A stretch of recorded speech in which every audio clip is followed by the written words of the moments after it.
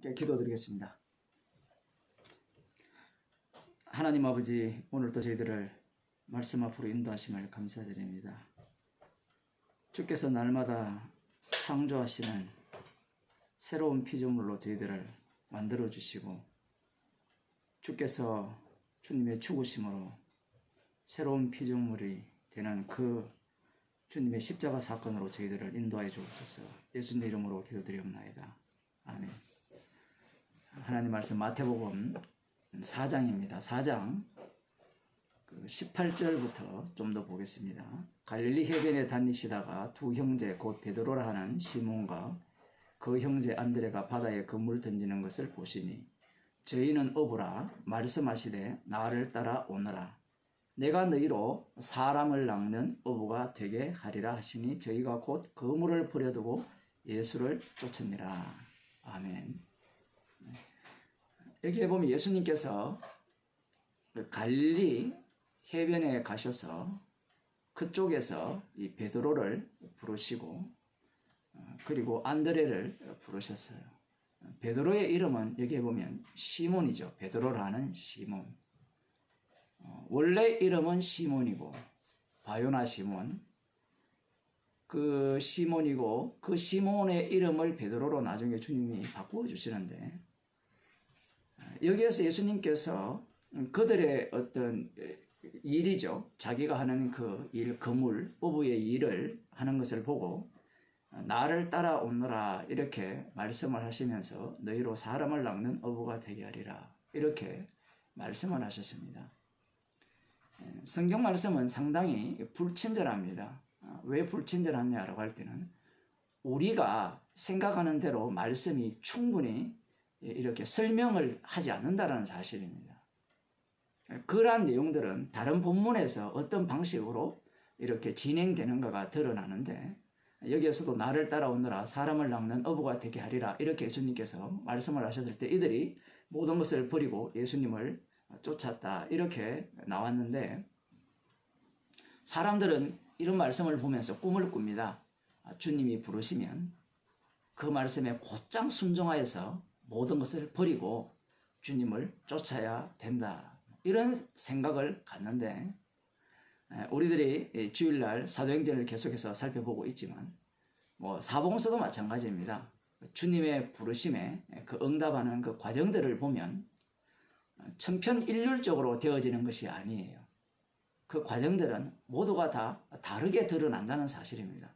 그럼에도 불구하고 사람들은 이런 말씀을 보면서 주님이 부르시면 우리는 모든 것을 버리고 쫓아야 되지 않습니까? 라는 이 정령화된 정답을 갖고 말씀을 대한다라는 사실이에요. 그래서 이런 사람을 되게 좋아하죠. 간증을 하더라도 주님의 부르심에 입각하여서 제가 모든 것을 버리고 주님을 쫓았습니다. 이 정도는 되어야 주님을 따르는 주님의 제자로서 사람을 낚는 어부가 될 수 있는 조건이 아니냐 이렇게 생각을 할 수 있겠죠. 그게 사람들이 갖고 있는 생각입니다. 이걸 조금 더 달리 표현하면 사람을 낚는 어부의 조건은 자기가 하는 일을 버려두고 주님을 쫓아야 사람을 낚는 어부가 될 수 있다라고 생각을 하는 거예요.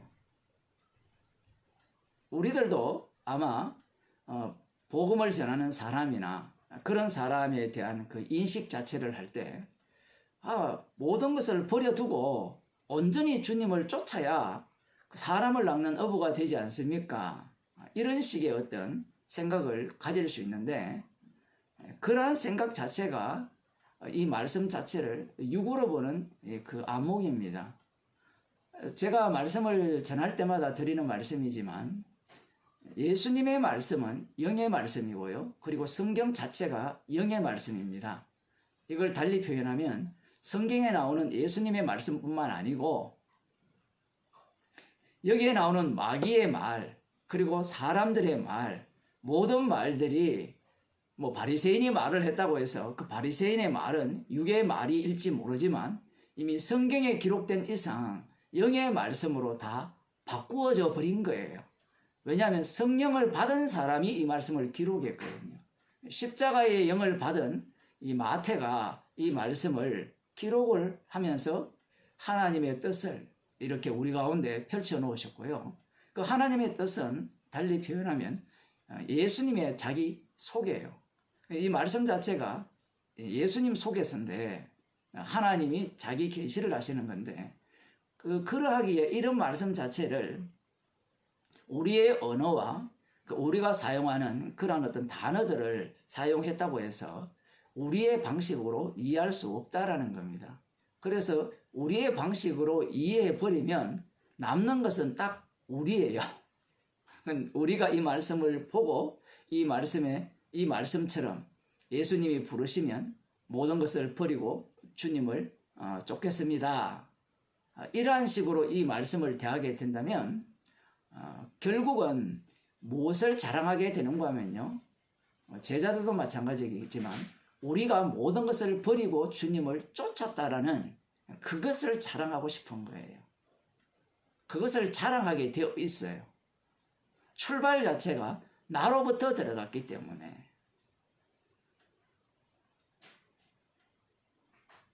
그러면 이 세상 사람들 중에 나로부터 출발하지 않는 사람이 있느냐?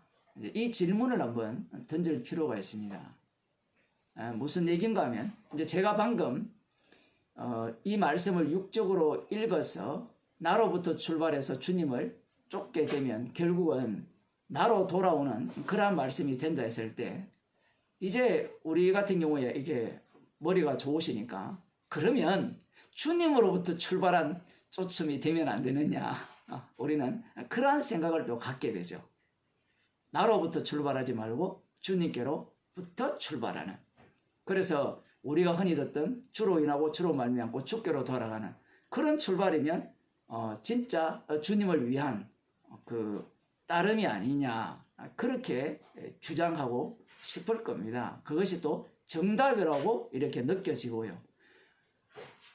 말이야 맞아요. 말씀대로 이야기했기 때문에. 그런데 방금 벌써 제가 뭐라고 말씀드렸습니까? 벌써 정답이라고 해버렸잖아요. 정답을 누가 찾습니까? 내가 찾은 거예요. 우리는 이미 선악과를 먹었기 때문에 이 선악을 항상 분별하게 되어 있습니다. 이 선악을 분별하는 이 구조 속에서 이 육신을 입고 있는 인간이 벗어날 수 있느냐라고 할 때는 벗어날 수 없어요. 심지어는요, 사도 바울이 복음을 전할 때 이 복음의 내용도 선악으로 나눠져요.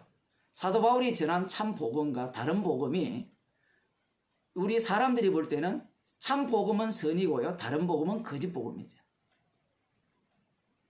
그러면 이렇게 참 복음, 거짓 복음으로 보는 자체가 문제냐 아니냐를 우리들이 따져야 되는데 이걸 선악 구조로 봐버리면 참 복음을 선택하게 돼 있어요. 구조가.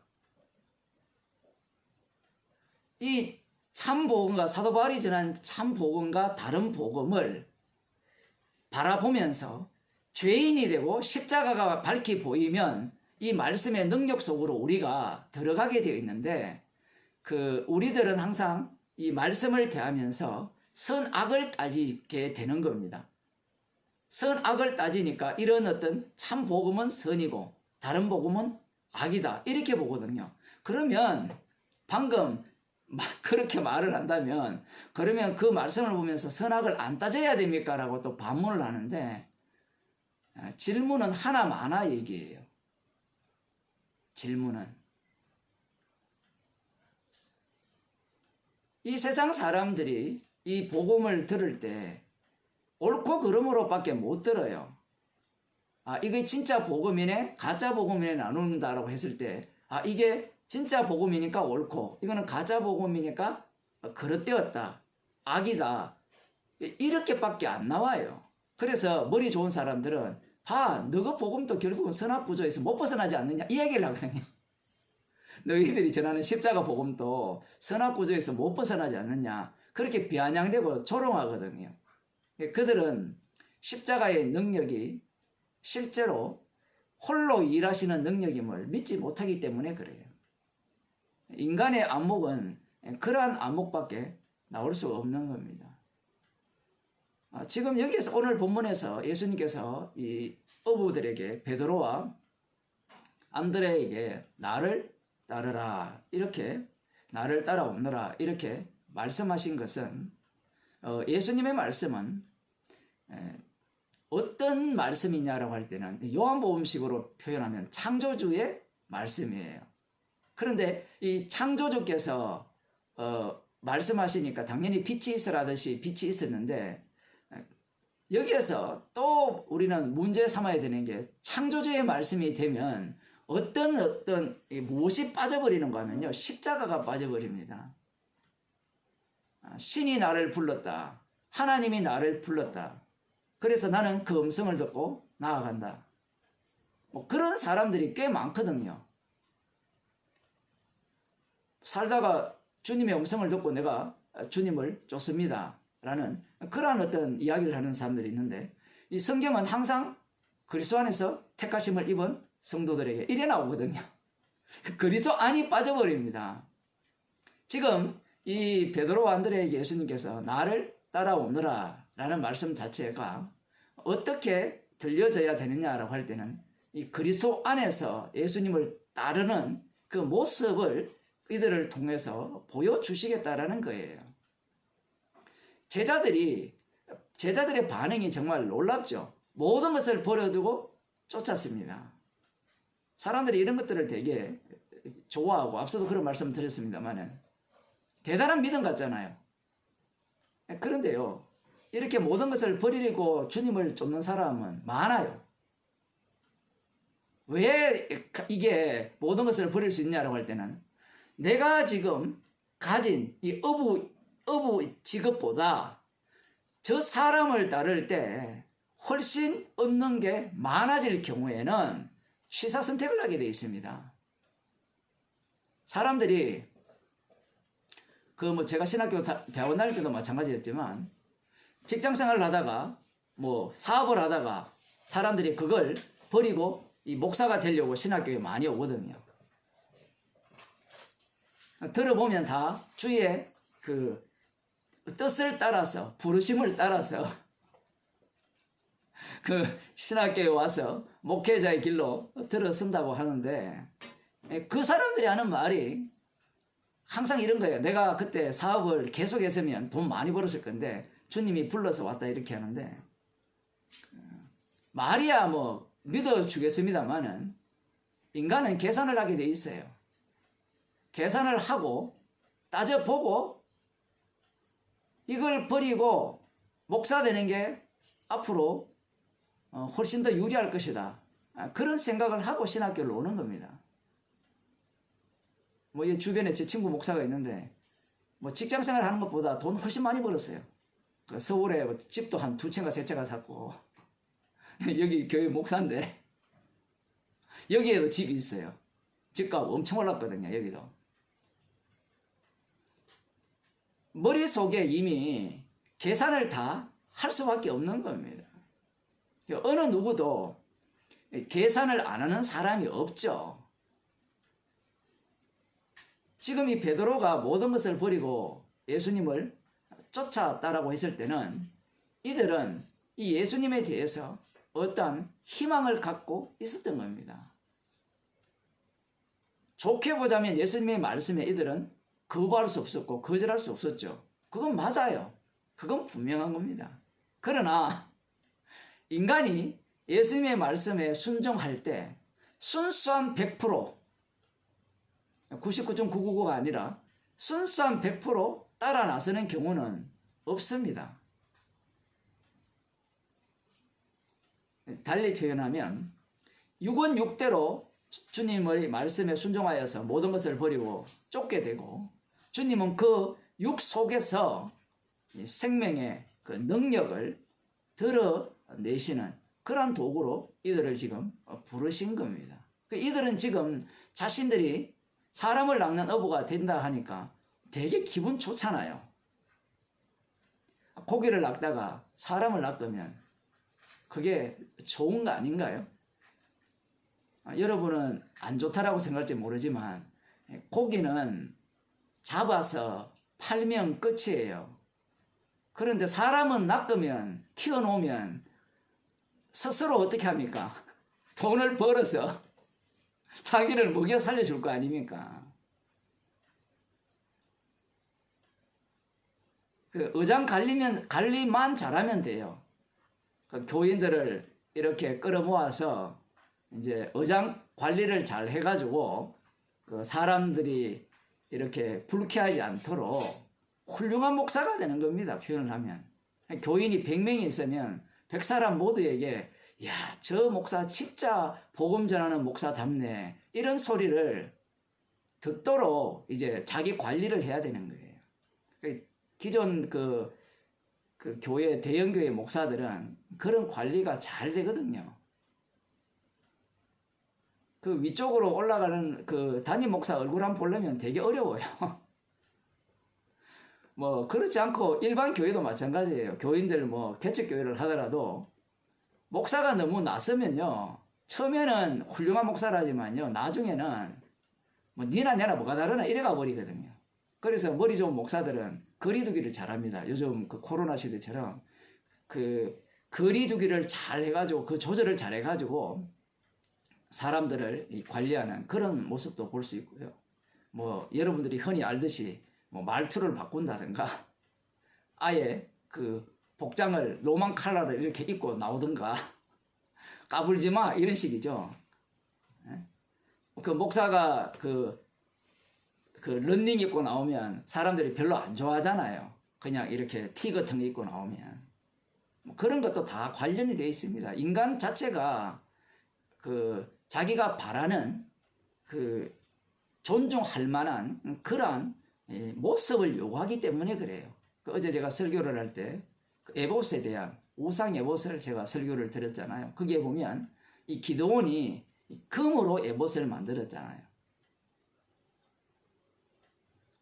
당시에는 그들이 누가 봐도 기드온은 정말 자기가 다스리지 않고 여호와 하나님이 다스린다. 그렇게 생각을 하면서 그걸 만든 거예요. 그런데 그 말씀이 없는 거거든요. 기드온이 그 대제사장이 입는 에봇, 그거는 이제 보석이 조금 박혀 있고 우리가 보기에는 화려하게 보일지 모르지만 전체를 금으로 만든 것보다는 덜 화려하고요. 그리고 금으로 만들면 그 영구성이 되거든요. 이 천으로 짰기 때문에 이거는 영구직이 안 돼요. 하나님이 다스린다는 것을 그 이스라엘 백성 중에 보여주기 위해서 그렇게 만들었는데 이스라엘 백성들은 그걸 뭘로 만들어 버립니까? 우상으로 만들어 버리죠. 우상으로 만들어서 이제 거기에 대놓고 기도하는 겁니다. 그러한 어떤 외형적인 걸, 그 외형적인 그 황금 에봇을 이렇게 달리 표현하면 이 목사를 황금 에봇으로 만든다든가 안 그러면 그 천주교에서 성자들 많잖아요. 그런 사람들을 다 황금 에봇으로 만들어 버리죠. 본을 받을 만한 사람을.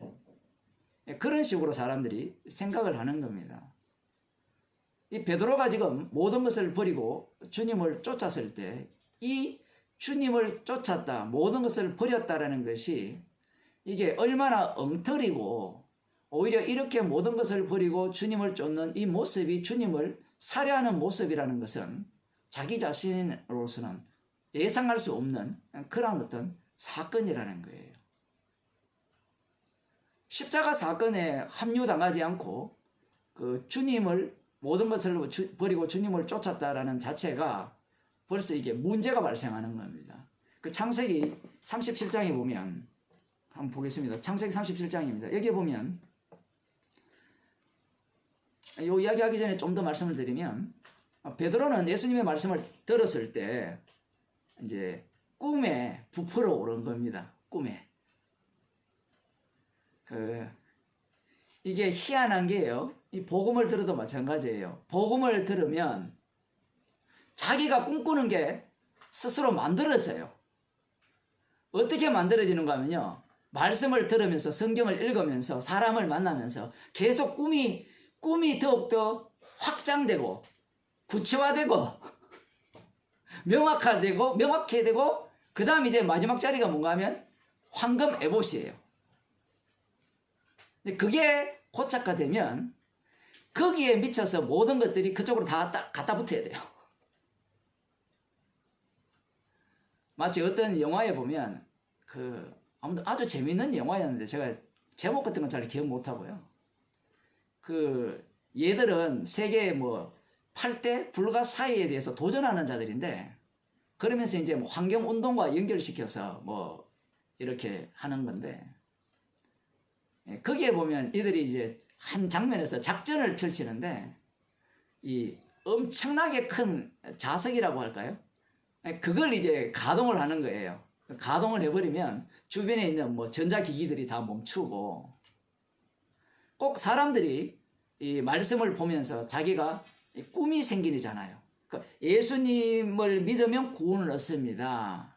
십자가의 피로 죄가 용서됩니다. 라고 할 때 인간들은 그 꿈이 만들어지고 구체화되거든요. 말씀을 보는 가운데. 그 구체화되면서 방금 그런 엄청난 자기력을 가진 그런 기계가 되어 갑니다. 시간이 지날수록. 기계가 되어 갈수록, 시간이 지날수록 말씀을 배울수록 더 강력한 이제 자기력을 발생시켜서 자기를 강화시켜 나가는 거예요. 그런데 거기에 들어붙은 내용물들을 보면 다 말씀이에요. 그걸 달리 표현하면 바리새인과 서기관과 사두개인들입니다. 말씀을 가득 붙여놓는 거예요. 이 베드로도 주님의 부르심에 응답을 할 때 모든 것을 버렸으니까 사람은 그냥 버리는 경우 없습니다. 주님이 강제로 떼버리면 어쩔 수 없이 버림을 당하는데, 모든 것을 버리고 주님을 쫓을 때 나름대로 꿈을 갖고 있는 거죠. 예수님께서 이 베드로와 안드레에게 꿈을 갖게 하신 거예요. 그 꿈과 관련된 얘기를 지금 좀 말씀드리겠습니다. 창세기 37장에 보면 우리들이 잘 아는 요셉 이야기가 나오죠. 아버지가 자기가 사랑하는 그 아내에게서 태어난 그 요셉을 또 노년에 얻은 아들이기 때문에 정말 사랑해요. 귀히 여기고, 야곱이 이렇게 사랑하는 이 요셉, 그러니까 이 요셉만을 특별 대우하죠. 채색 옷을 입히는데, 사실은 이 야곱의 행위는 주님의 행위인데, 야곱의 아들들이 이것을 알 수 있느냐라고 하면 알지 못하는 겁니다. 지금 주님께서 친히 야곱을 통해서 요셉을 편애하게 하신 거예요. 편애하게 하셨는데 여기에 이제 주님이 개입을 하죠. 그렇지 않아도 형제들보다 그들을, 요셉을 사랑했기 때문에 미움을 받는데, 이 요셉이 꿈을 꿉니다. 꿈을 꾸는데 어떤 꿈을 꾸는가 하면, 밭에서 곡식을 먹는데 내 단은 일어서고 당신의 단은 내 단을 둘러서서 절하되이다. 자, 여러분들이 이 꿈 해석을 들었다 칩시다. 어떻게 해석하겠습니까? 성경을 뒤에 모른다면. 같이 곡식단을 이렇게 세우고 있는데 다 먹더니 곡식단은 당연히 어떻게 되죠? 숙이죠. 아니, 곡식단이니까 곡식 이래서 있으면 그건 뭐예요? 아직 추수할 때가 안 된 거잖아요. 그럼 익어가면 탁 숙일 거 아닙니까? 곡단을 먹는다는 것은 추수한다는 건데, 그거 먹고 오면 팍 숙일 거 아니에요. 다 숙였는데 자기의 단은 팍 서더라는 겁니다. 어떻게 해석하겠어요? 여러분 같으면.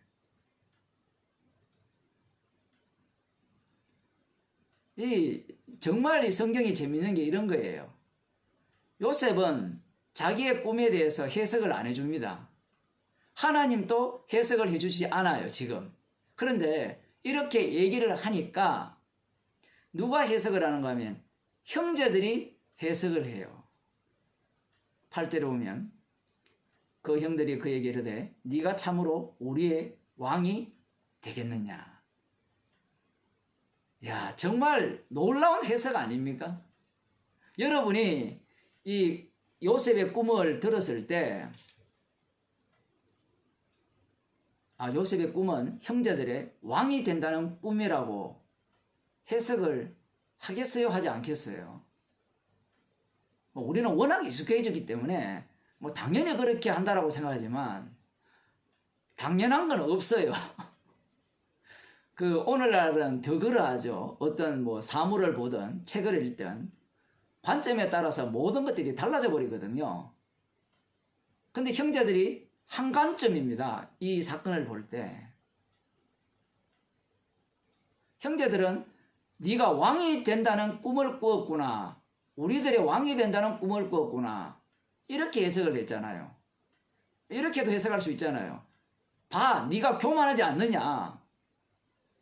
너 아버지한테 편애를 받으니까 까불락거리니까 하나님께서 네가 목을 빳빳이 세우고 너 잘났다라고 지금 지적하고 있지 않느냐. 그래서 우리 주변에서 우리는 겸손하게 팍 숙이고 있는데 뭐 이렇게 얘기를 할 수도 있잖아요. 여러분이 보기에는 억지 해석일지 모르지만 사람은요, 어떤 사건이 벌어지면 자기 해석을 밖에 몰라요. 우리는 뭐 말씀을 갖고 해석을 한다는데 우리 애가 말씀을 갖고 해석한다는 자체는요, 주님의 해석 앞에서 박살나야 됩니다. 이 형제들이 이 철이 없어서 이 요셉에 대해서 분노했기 때문에 이런 마음을 품는 게 아니에요. 듣자 말자 느끼는 게 뭐 이들이 생각하는 해석은 딱 하나예요.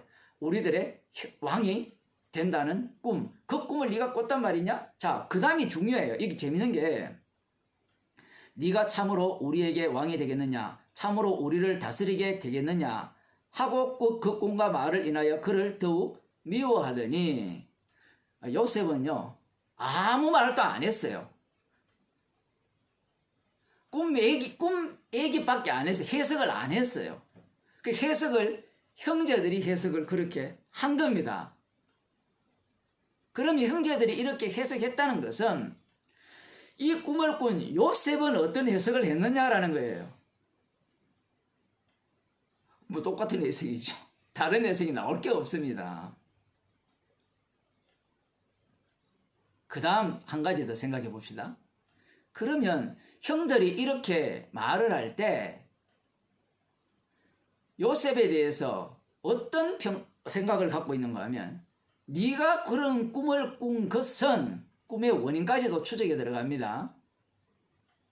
네가 그런 꿈을 꾼 것은 네가 평소에 아버지한테 기원 받으니까 네가 우리들 중에 그 맏아들이 될 것이라는 그 맏아들을 왕으로 표현했는데 왕이 될 것이라는 그런 마음을 네 마음속에 품고 있었지 않았느냐까지도 치고 들어갈 수 있는 겁니다.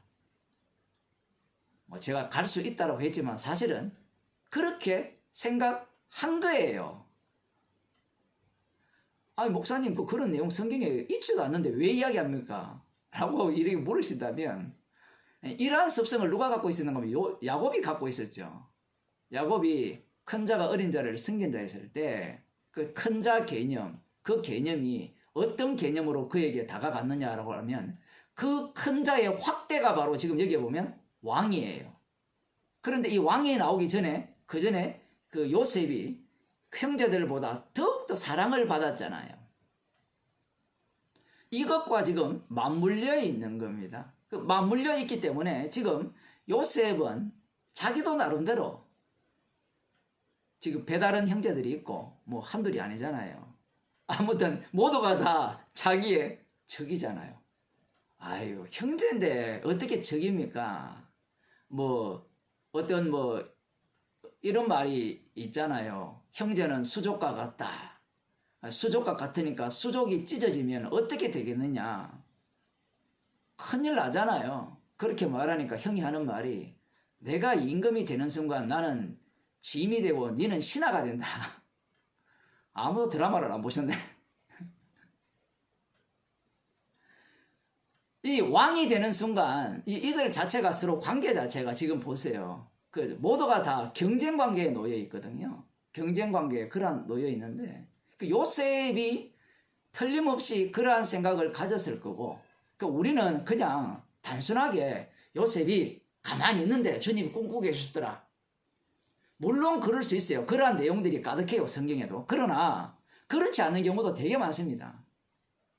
느부갓네살 왕 같은 경우에는 장래의 일을 생각하다가 꿈을 꾸거든요. 그 장래의 일과 꿈 내용과 같아요. 자기가 앞으로 이 세상에 일어나는 그 모든 나라들 중에 그리고 과거에 일어났던 모든 나라 중에 가장 뛰어난 왕이 되고 싶은 그 꿈을 꾸는 거예요. 그 꿈을 생각하고 있는데, 상상하는데, 뭐 그게 잠이 들어서 주님이 그러한 꿈을 고스란히 꾸게 하니까 신이 난 거예요. 그 다니엘이 해석이요, 꿈을 잘 해석해서 느부갓네살 왕이 좋아한 게 아니에요. 자기의 꿈과 해석이 일치되기 때문에 그래요. 그 느부갓네살 왕이 하나님 안 믿거든요.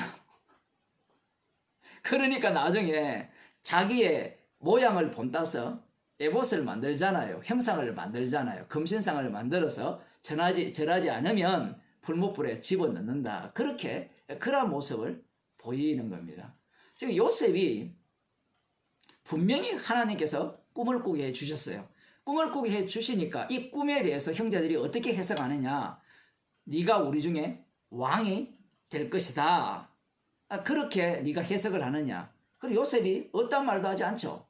그 말은 요셉이 속으로 맞아 형들 그거 해석 정말 잘했어, 이런 해석을 하는 거예요. 그런데 놀랍게도 다시 또 꿈을 꿉니다.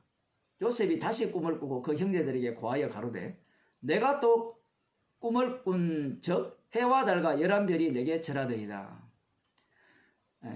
요 이야기하기 전에 잘 보세요. 성경을 잘 읽어보시면 요셉이 꿈을 꾸고 자기 형제들에게 고하며 이렇게 나오잖아요. 여기 어디에도 하나님이 요셉에게 꿈을 꾸게 하셨다는 내용이 안 나옵니다. 제가 잘못 봤나요? 읽어드릴게요. 요셉이 꿈을 꾸고 자기 형제들에게 고하되 그들이 그를 더욱 미워하였더라. 요셉이 그들에게 이르되 청컨대 나의 꿈을 들으시오. 우리가 밭에서 곡식을 먹더니 네 단은 일어서고 당신들의 단은 네 단을 둘러서서 절하더이다. 하나님께서 저에게 꿈을 꾸게 하셨습니다. 이런 얘기가 없다니까요. 이런 얘기가 왜 빠지느냐라고 할 때는 하나님께서 요셉에게 이렇게 꿈을 꾸게 하신 내용이 빠짐으로 말미암아 인간들이 갖고 있는 육적 그 요소들이 극대화된다는 사실이에요. 하나님이 꿈을 꾸게 해주시고 하나님이 꾸게 했다는 것을 형제들에게 알려버리면 형제들은 속으로는 이런 말을 해도 내뱉지는 않겠죠. 하나님 왜 나에게는 왕의 자리를 허락하지 않습니까? 이래 나올 거 아니에요. 두 번째 꿈도 마찬가지죠. 그 본문을 해석할 때 하나님께서 꾸게 하셨다고 할 수 있는데요. 지금 저는 그쪽으로 들어가는 게 아니라 분명히 하나님께서 꿈을 꾸게 하셨지만 이들의 입장에서는 하나님이 꾸게 한 내용이 아니에요. 요셉, 아버지로부터 편에 받은 사랑을 홀로 다 받은 그 요셉이 꾼 꿈이에요. 그러니까 자기가 지금 그렇게 사랑을 받으니까 야망이 커지는 거예요. 꿈이 커지는데 내가 형제들보다 더 높은 자리에 오를 거다 그렇게 생각을 하는데 네가 그 꿈을 꿨으니까 형제들이 되게 미운 거예요. 네 본심을 이제야 알았다. 우리도 한번 그렇게 생각해 보세요. 형제들이 다 있는데 오남매가 있는데 아버지 부모님께서 유산이 많아요. 그런데 오남매 중에 한 사람이 내가 꿈을 꿨는데 곡식에 7단은 다 고개 푹 숙이고 있는데 4단은 쓰더라 이러면 형제들이 어떻게 해석하겠어요? 저 욕심 덩어리 팍 이렇게 나올 거 아니에요. 근데 거기에 하나님께서 그렇게 꾸게 하셨다라고 하면 그래도 그 하나님이 네가 만든 하나님이지. 그 다음 한 단계 더 들어가 봅시다. 그러면 하나님께서 다 그걸 알려줬어요. 그러면 어떻게 하겠어요? 어쩔 수 없이 동의 이래 나올 겁니다. 뭐 겉으로야 동의를 하지만 속은 어때요? 지가 모든 재산을 갖고 싶어 하는구나. 이것밖에 안 돼요. 그 과정 속으로 지금 집어넣는 겁니다. 하나님께서. 그 두 번째 꿈은 더 충격적인 꿈이에요. 형제들이 절하는 것은 납득이 되죠. 그런데 해와 달도 이제 절을 하는 겁니다. 거기 보면 9절에 보면 요셉이 다시 꿈을 꾸고 그 형제들에게 고하여 가로되 내가 또 꿈을 꾼적 해와 달과 11별이 내게 절하되이다 하니라. 그가 그 꿈으로 부영에게 고하며 그 형제들과 아버지에게 고하며 아비가 그를 꾸짖고 그에게 이르되 너의 꿈이 무엇이냐? 나와 네 모와 내 형제들이 참으로 가서 땅에 엎드려 네게 절하겠느냐? 지금 그 야곱이 요셉을 이렇게 책망을 하죠. 그러면서 또 그 전에는 형제들이 꿈을 해석했고 지금은 야곱이 꿈을 해석하는 거예요. 해석법이 똑같아요. 그 우리들이 참으로 너에게 엎드려 절을 하겠느냐? 왜 꾸짖었어요? 이상한 게 꾸짖었는데 뒤에 보면 그 말을 마음에 두었더라. 이렇게 이야기하거든요. 그 마음에 두었는데 왜 마음에 두었을까요? 우리는 야곱을 좋게 봐가지고 야곱이 하나님께서 이 요셉을 통해서 큰 일을 벌리실 거구나. 그러한 기대를 갖고 마음에 두었을까요? 그렇게 해석하려면 또 다른 청년으로 들어가야 되고요. 편애했잖아요, 요셉을. 편애한 그 애가 이런 꿈을 꾸니까 마음에 둘 수밖에 없는 겁니다. 근데 마음에 두면 뭐합니까? 뒤에 가보면 그 마음에 뒀다는 것이 하나도 안 맞거든요. 마음에 뒀으면 맞아. 요셉이 진짜 그쪽 가서 총리 대신이 되었구나. 나 당장 달려갈래. 이렇게 나와야 되는데 야, 아들들에게 거짓말하지 마. 마음에 두긴 뭘 둬요. 우리 그런 아마 해석을 많이 들었을 거예요. 마음에 두었더라. 그래서 야곱은 이제 정말 하나님의 뜻을 그 요셉을 통해서 어떻게 펼칠 걸 기대했더라. 이렇게 나오는데 물론 그런 게 있죠. 그 기대를 갖고 있었다고 볼 수 있습니다. 그 기대가 어떤 기대였냐라고 했을 때는 참으로 자기들이 절하는 기대였죠. 그런데 요셉은 죽었잖아요. 그 죽은 자를 다시 살려서 주로 세워서 우리가 절하는 대상. 사실은 그게 더 중요한 게 아닌데 그것보다 더 중요한 게 있죠. 그가 절받은 그가 오히려 자기의 희생을 대가로 하여서 자기를 살해한 자를 살려내는 그러한 어떤 그 주가 된다는 사실은 예상을 못하는 겁니다. 지금 이 꿈을 꾸었을 때 요셉이 되었던 형제들이 되었던 그 야곱이나 그 엄마가 되었던 이 꿈에 대해서 어떻게 생각하느냐라고 할 때는 형제들은 계속해서 불만이 자라간다고 볼 수 있고 그래서 이 꿈이 혹시 이루어지면 안 되니까 이 인간을 제거해야 된다라고 생각을 하는 겁니다. 반대로 이와 달리 요셉 같은 경우에는 이 꿈을 이루려고 하죠.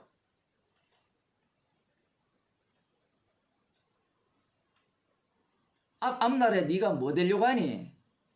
우리 옛날에는 장래 그 꿈에 대해서 되게 많이 물었거든요. 제가 초등학교 5학년 때 그 기억이 나는데 장래에 뭘 할 거냐 이렇게 하면 저는 목사 이렇게 썼는데 뭐 배운 게 그것밖에 없으니까 저희 엄마가 하도 기도하면서 세뇌를 시켜가지고 늘 모든 그 부모들이 하는 기도 있잖아요.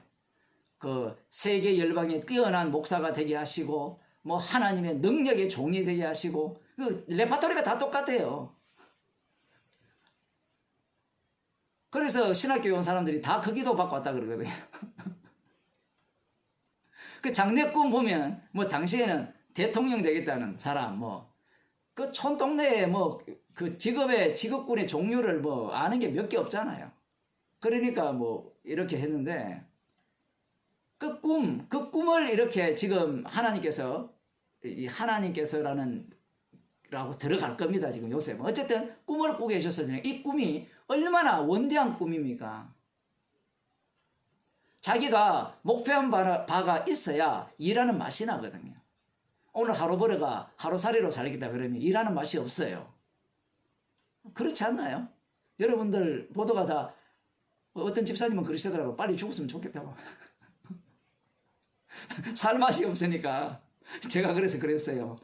예, 주님께서 여건을 마련해 주지 않았기 때문에 살 맛이 없는 건데 우리가 광야로 나가면 물이 없는 곳으로 가면요 물 달라고 호암호암 지를 겁니다.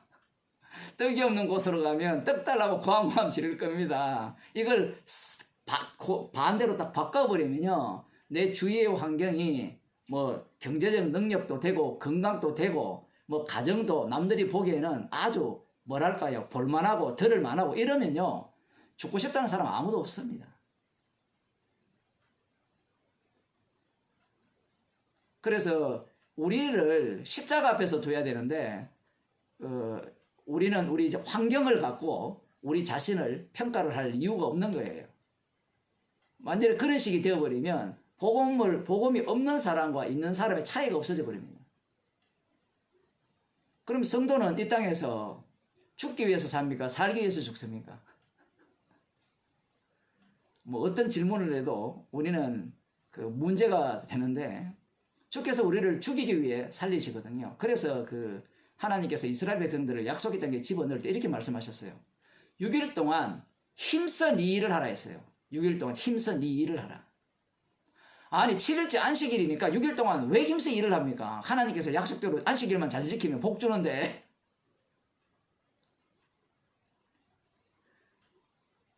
그들은 힘써 일하는 말씀이요. 그들을 올무 잡아가지고 그들을 망하게 할 줄 꿈에도 생각 못했어요. 자기들은 나름대로 힘써 일해보니까 힘써 일하는 만큼 땅에서 소산이 나와요. 그러니까 더 힘써 일합니다. 언제까지? 안식일도 날려버리고 일을 해요. 그런데 안식일까지 날려버리는데 수확이 더 나와요.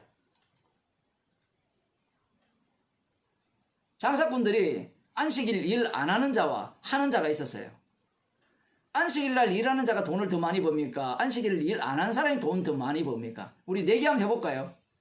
자, 이제 여러분이 일당 일하는 사람들이라 칩시다. 그러면 1일 아르바이트를 하는데, 자, 주일날 일하지 마시고 6일 동안 일하시는 분 수입과 그 주일날까지 일한 사람의 수입을 비교해 볼까요? 일당 12만 차이가 납니다. 벌써.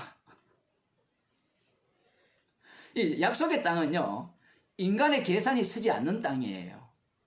그런데 사람들은 그 약속의 땅을 인간의 계산으로 되어진다라고 생각을 하는 거예요. 지금 우리는 다 이런 과학 속에 살고 있잖아요. 내가 일하지 않으면 원인이 없으면 결과가 없다라고 하잖아요. 말로는 십자가의 은혜로 먹이고 살린다고 하지만 현실은 내가 일한 만큼 들어오잖아요. 사실이잖아요.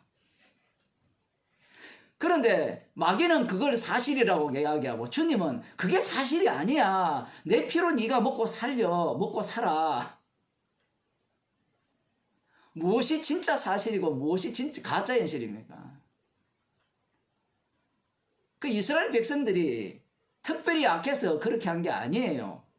몸이 그 약속의 땅에 들어가서 움직여 보니까 하나님의 말씀은요, 안 맞아요.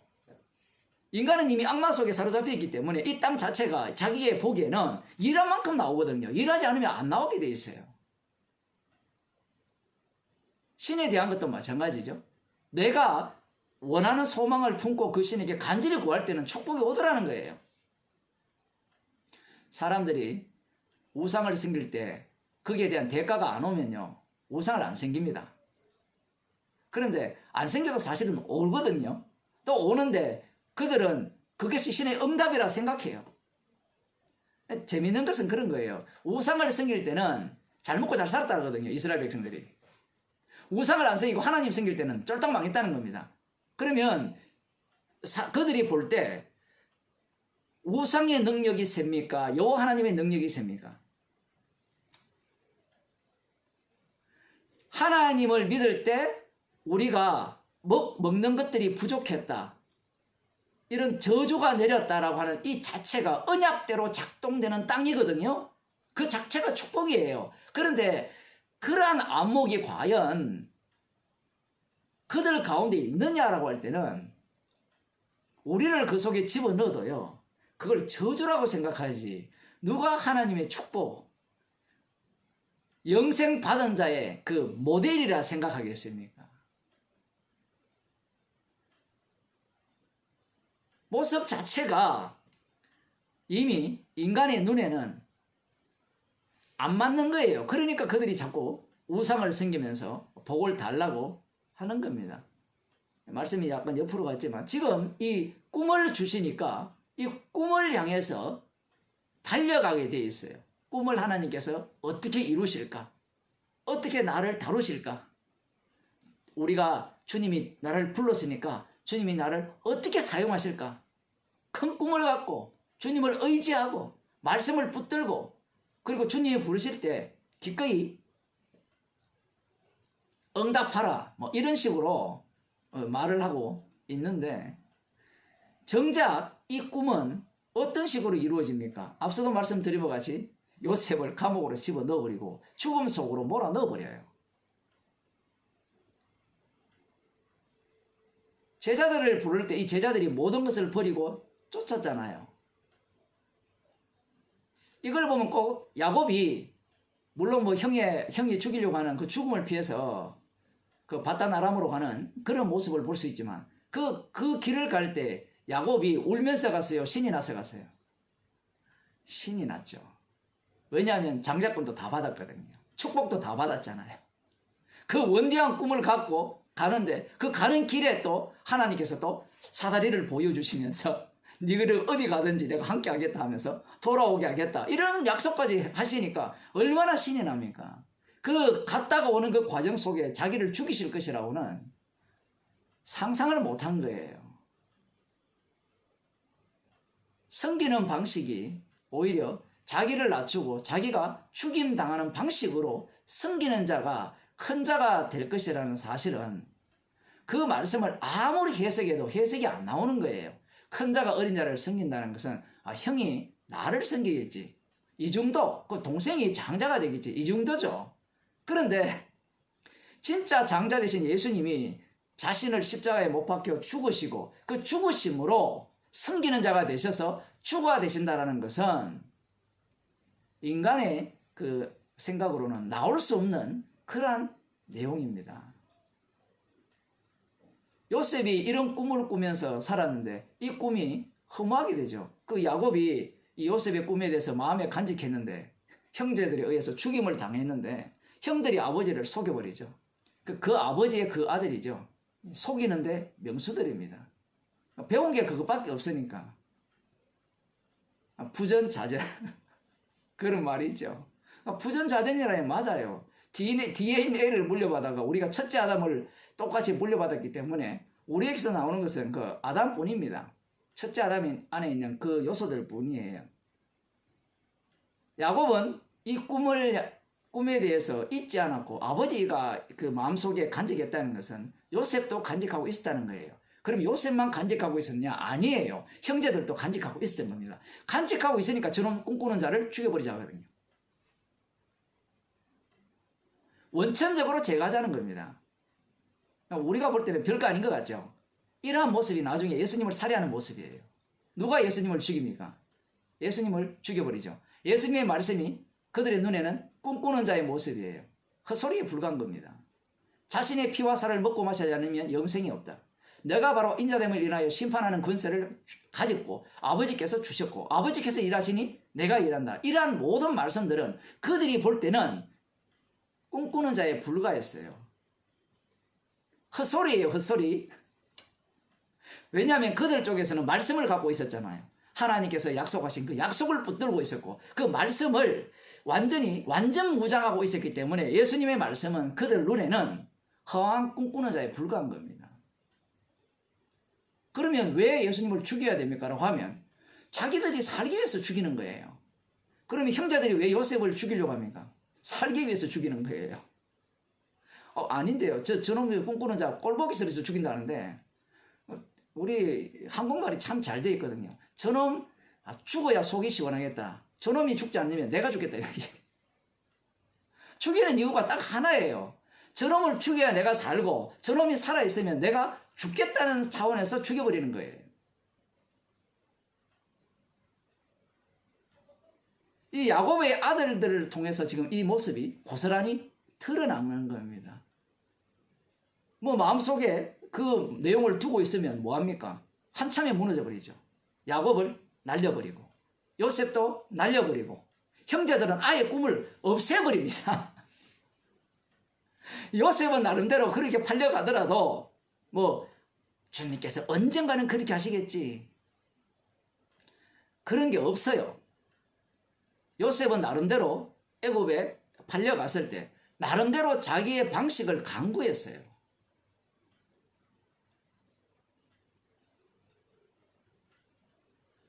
시편 105편을 한번 보겠습니다.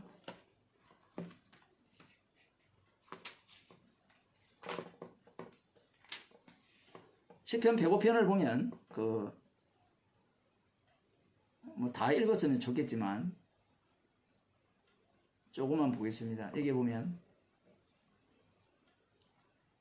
17절에 보면 여러 사건들을 이렇게 주님께서 말씀을 해놓으셨는데 한 사람을 앞서 보내셨으며 요셉이 종으로 팔렸도다. 그 발이 착고에 상하며 그 몸이 쇠사슬에 매었으니 곧 여호와의 말씀이 응할 때까지라. 그 여호와의 말씀이 응할 때까지가 언제나 여호와께서 도대체 무슨 말씀을 하셨는가? 자기의 형제들을 살리기 위해서 주님이 보내셨다라는 것은 차후에 하신 말씀이거든요. 요셉을 애굽으로 미리 보내셨다는 것은 꿈을 그렇게 해석을 안 해주셨잖아요.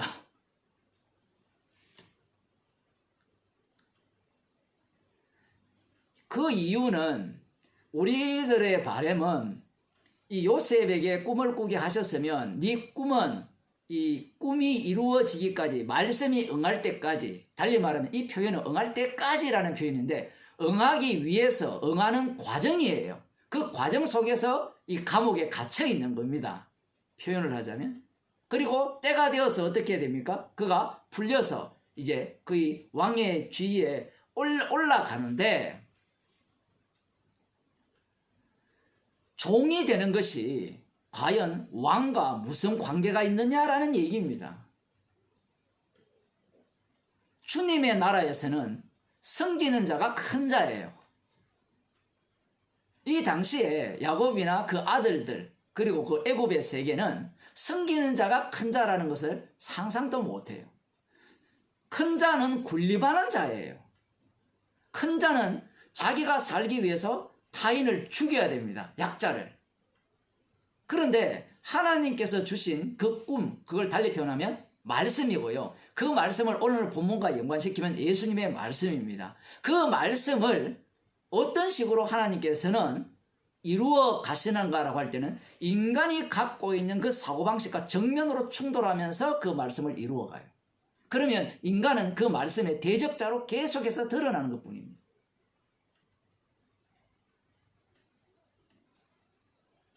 요셉이 종으로 팔렸다. 그러면 우리는 요셉을 꿈을 잃지 않고 주님께 기도했습니다. 이런 소리 얼마나 많이 들었습니까? 그런 식이 되면요. 십자가로 승리하셨다는 것이 성립이 안 돼요. 부활로 승리했다라고 해야 되죠. 그렇지 않나요? 부활하셔서 주가 되셔서 승리하셨다. 이래야 돼야 되는데 십자가로 승리하셨어요. 죽으심으로 승리하신 거예요. 이것을 분간을 못하면요. 복음 속으로 들어올 수가 없습니다. 아니 교회에서 부활 중심인데 왜 주님이 부활하셨는데 당신들은 부활 이야기는 하지 않고 십자가 이야기를 하느냐. 십자가를 이야기한다는 자체가, 십자가를 자랑한다는 자체가 부활의 주를 증거하는 일이에요.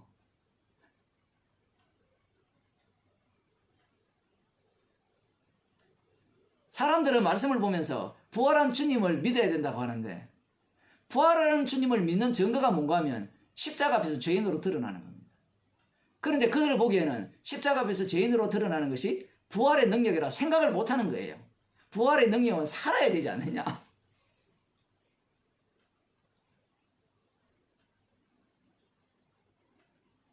지금 요셉이 꿈을 꿨는데 그것은 말씀이죠. 그 말씀을 이루기 위해서 요셉을 이제 애굽의 종으로 팔려갔고 감옥에 갇히고 꿈을 해석하면서 그곳에서 이제 이 말씀이 계속해서 이루어지게 되는데 여기에서 아주 중요한 단어가 하나 나옵니다. 그 단어가 뭔가 하면요.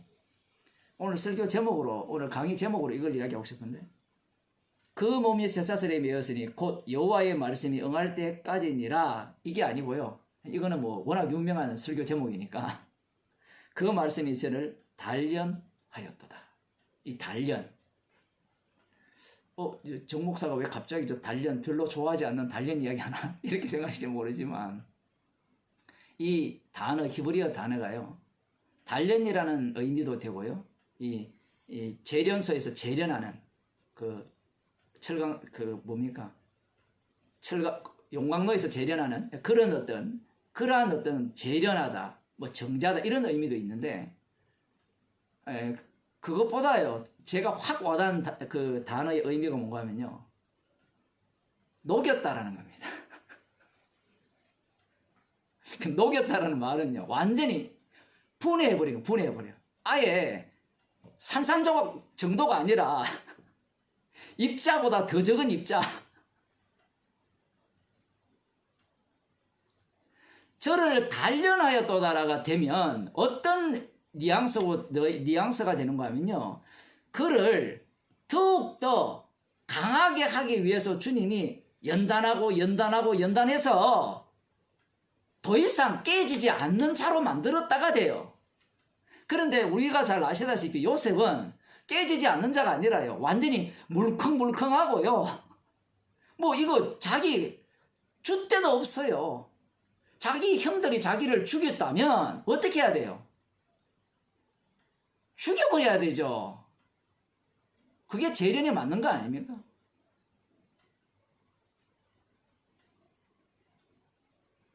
뭐 번역을 잘한다고 해서 그렇게 안 들어요, 사람들이.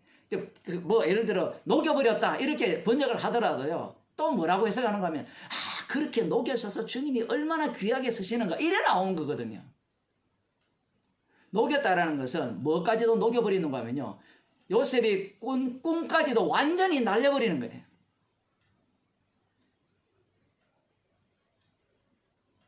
주님이 일하시는 방식이 이런 방식이에요.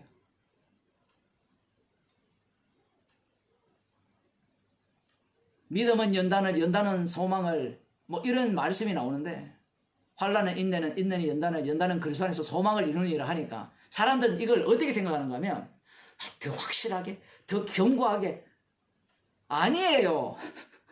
전 반대로 해석을 해야 돼요. 안개구나. 그게 완전히 그리스도 안에 소망이 있는 자예요. 이걸 사람들은 어떻게 생각하는가 하면 그리스도 안에서 소망, 환난이 많으니까 그 연단이 되었으니까 다 육으로 해석해요. 육이요. 한 번 환난 당했으니까 그 다음 2번 환난 때는 내가 더 괜찮고 3번 환난 때는 더 괜찮고 4번 환난 때는 그래 환난아 와라 내가 이겨내겠다 이런 거 아니에요. 반대로 해석해야 되죠. 그래 나는 뭐 끝났구나. 그럼 새로운 환난 오면 이전에 내가 경험했으니까 이제 이길 수 있어. 뭐 다시 또 지가 주인이 되는 거예요. 주님이 또 어떻게 해버립니까? 무너뜨려 버리죠. 주님의 말씀이 이 자기 백성을 우리 성도들을 그렇게 다루시는 겁니다. 그 다루심 속에 들어가면 남은 건 뭐예요? 그리스도 안에서 소망. 십자가 피 외에는 소망이 없는 겁니다. 만일에 이것이 환난을 통해서 연단이 되고 연단이 통해서 더 그리스도 안에 소망을 낳는 그 과정을 우리식으로 해석을 하면 우리는 항상 뭘 해야 되는 후회를 해야 돼요. 후회. 맞죠? 시간이 지나왔잖아요. 복음을 알고 시간이 지나왔으니까 시간이 지나온 이상 우리는 과거보다는 더 나은 내가 돼야 되잖아요. 우리들도 전부 이렇게 복음을 듣는다고 앉아있지만 어제보다 더 못한 내가 보이면 여러분 뭐라고 표현하겠어요? 저 꼬라지 봐. 저 뭐 복음 안 하지만 별거 없지. 그거 주님이 사건을 일으키는 거예요. 그 사건.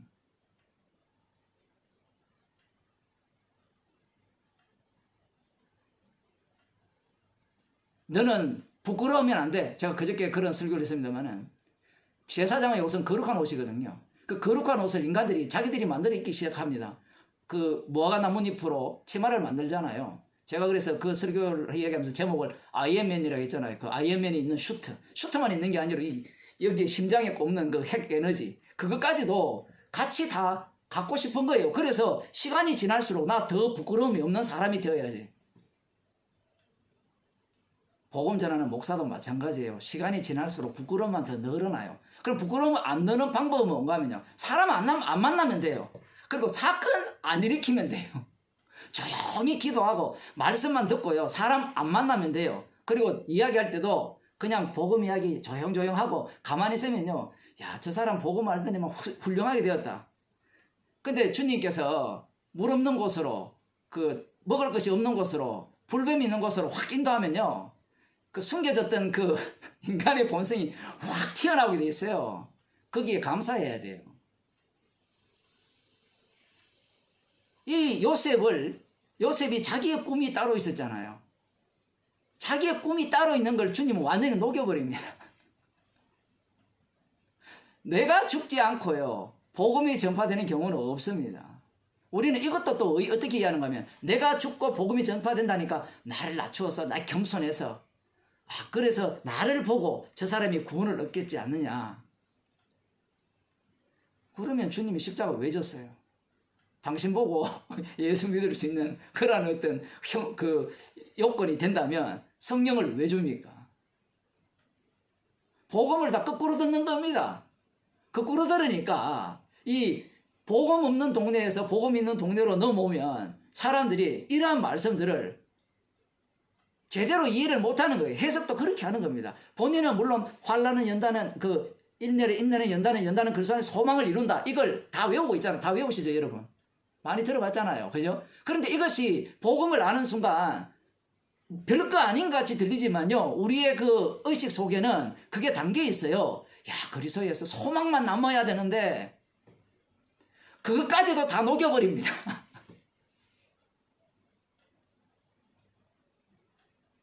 더 이상 내 안에 내가 사는 게 아니라 그리스도께서 사신다는 그 고백 속으로 주님이 몰아넣어요. 그것은 내가 원한다고 될 문제가 아니라요. 주께서 그 사건을 일으켜버립니다. 요셉이 원하지 않았어요. 요셉이 꿈을 꾼 후에 주여 제가 종이 되게 하시고 주님의 말씀이 이루기까지 착고에 차이게 하시고 그동안 제가 연단을 받겠습니다. 형제들에 대해서 미운 감정이 있었는데 그들을 위해서 제가 목숨을 버려서 그들을 살리는 마음으로 주여 바꾸어 주옵소서. 그런 기도 없습니다. 그 이유가 무엇인가 하면요. 제가 계속해서 창세기 출애굽기 설교하면서 말씀드린 바같이 사도행전 마찬가지, 어제 본문도 마찬가지예요. 어느 본문도 마찬가지지만 말씀 자체가 일을 해요. 십자가 자체가 일을 합니다. 제가 설교를 할 때 설교자가 해방꾼이라 하니까 그게 그냥 헛소리로 들리는지 모르겠지만 설교를 해야 해방꾼으로 나오거든요. 복음을 전해 해방꾼으로 나오고 우리가 살아가는 자체가 해방꾼이 되는 겁니다. 뭐 여러분이 목사가 되면요 똑같아요. 목사 되면 뭐가 되든 반대로 제가 뭐 여러분이 되든 다 아무튼 죄밖에 나올 게 없어요. 요셉은 이 꿈을 분명히 하나님께서 주셨잖아요. 근데 제가 앞서서 말씀드렸잖아요. 하나님 주셨다는 이야기는 없지만 이 세계 자체가 전능한 하나님이 자기를 다루시고 약속대로 약속을 이루기 위해서 자기에게 꿈을 주셨다. 이 생각은 이미 머릿속에 박혀 있는 겁니다. 그것이 완전히 무너지지 않고는 주의 말씀은 응할 수가 없어요. 육신을 입고 오신 예수님이 십자가에 못 박혀 죽으시지 않고는 말씀이 이루어지지 않습니다. 우리가 기대하는 예수님은 이런 거죠. 메시아는 십자가에 못 박혀 죽으심으로 승리하는 예수님이 아니라 죽지 않고 승리하는 예수님을 원하는 겁니다. 근데 그걸 성경에서는 죽고 부활하셨으니까 그 얘기는 못하겠고 그래서 죽으시고 부활하신 그 부활의 주를 강조하는 거예요. 교회에서. 그걸 원하는 겁니다. 부활의 능력은 우리를 죽이는 자리로 갔거든요. 우리가 죽은 가운데로 방금 녹여지는 가운데로 자기가 부인되는 그 사건 속으로 들어가는 것이 부활의 능력이에요. 생명의 능력입니다. 그런데 사람들은 녹아지는 게 아니라 녹아졌으니까 그 다음 뭔가 새로운 괜찮은 그러한 어떤 존재로 주님이 탈바꿈시키셔서 사람들이 보기에 나를 보고 예수 믿지 않겠느냐, 내가 바로 주님이 주신 말씀의 그 꿈을 내가 이루어내는 그러한 당사자가 아니냐, 이렇게 생각을 하는 거예요.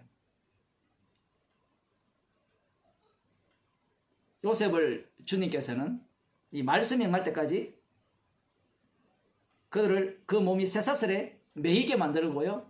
그러면서 그런 과정 속에서 완전히 녹여버립니다. 그 녹이는 과정은 그 떡 맡은 자와 술 맡은 자의 꿈을 해석하면서 살짝 혹시 당신이 당신의 그 권세가 회복이 되면 원래 자리로 돌아가면 나를 좀 잊지 말라. 그렇게 했는데 잊어버리죠. 정말 우리가 그런 성경을 보면 이해가 안 되잖아요. 어떻게 그런 걸 잊어요? 자기의 생명의 은인인데. 근데 자세히 따져보면 생명의 은인이 아니에요. 세상은 될 대로 되어진다. 어디서 많이 듣던 이야기잖아요. 세상은 되어지는 대로 되어진다. 이거는 복음이 아니에요.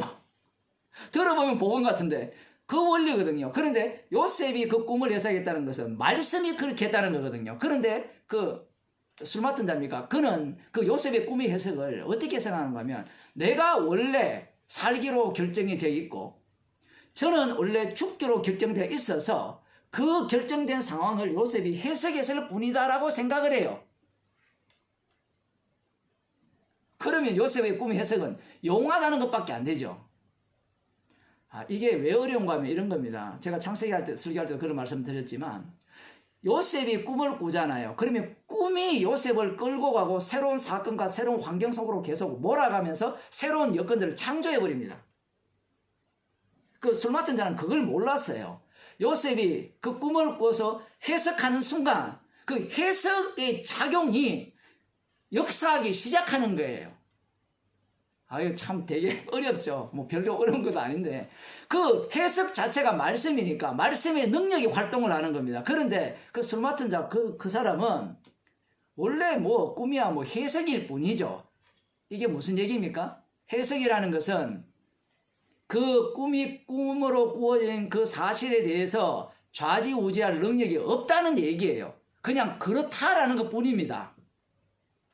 네 꿈이 이러했으니까 이럴 거다라고. 그런데 요셉의 꿈과 꿈의 해석은 달라요. 요셉의 꿈과 꿈의 해석은요, 능력입니다. 그걸 몰랐죠. 그런데 몰라도 돼요. 왜? 능력 속에서 그 술 맡은 자 맞죠? 그죠? 살아남은 자. 그 술 맡은 자를 그 해석의 능력이 다루기 때문에 그래요.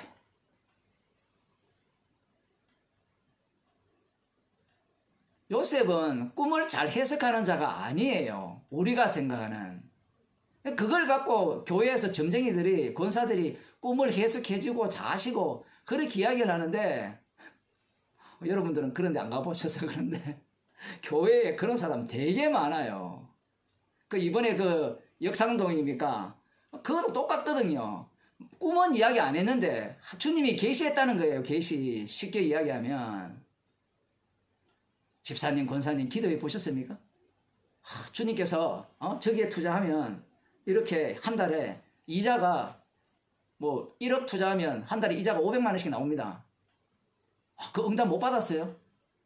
제가 약간 각색하는 거예요. 표현을 하면. 다 이런 식으로 하니까. 근데 우리가 이런 얘기 들으면 이거 미친 소리야. 뭐 누가 그 얘기 들어? 그런데 그 동네에 들어가 보세요. 다 주님 음성 듣는 사람들이고요. 주님의 인도하심을 받는 사람들이거든요. 그 동네가. 역삼동 순복음 교회랍니다. 나중에 제가 들은 얘기인데. 여러분 잘 모르시죠? 뉴스에 나왔잖아요. 300억, 200억 사기쳐가지고 나중에 제가 설교 중에 한번 얘기했지만 나중에 밝혀진 건 거의 한 500억 정도 됐대요. 담임 목사 잘렸답니다. 교회에서 쫓아냈대요. 뭐 이유는 뭐 더 이상 제가 모르겠고 아무튼 뭐 그런까지 얘기 들었는데 왜 그런 게 먹히는가 하면요. 순복음 교회만 그런 게 아니라 뭐 다른 지방도 마찬가지예요. 교회에 가면 점쟁이들이 되게 많거든요. 그래서 이런 창세기를 보면서 꿈을 해석해 준답시고 다 해석을 해주거든요. 그런데 말씀의 꿈의 해석은 능력입니다. 다니엘이 꿈을 해석했잖아요. 세상이 이래 펼쳐질 거야. 우리는 그렇게 생각을 하잖아요. 그게 아니고 이 말씀대로 세상은 그렇게 만들어가는 겁니다. 꿈의 능력, 말씀의 능력이에요. 해석의 능력. 요셉의 해석이 아니고 주님께서 하시는 일을 보여주는 거죠. 미리. 말씀 전체가 그러합니다. 예수님의 말씀도 우리가 이루어야 될 일이 아니라 예수님이 이루실 말씀이에요. 모든 것들이 그렇게 이 말씀이 증거되고 있는 겁니다. 문제는 인간들이 이러한 말씀을 그런 식으로 보지 않는 거예요.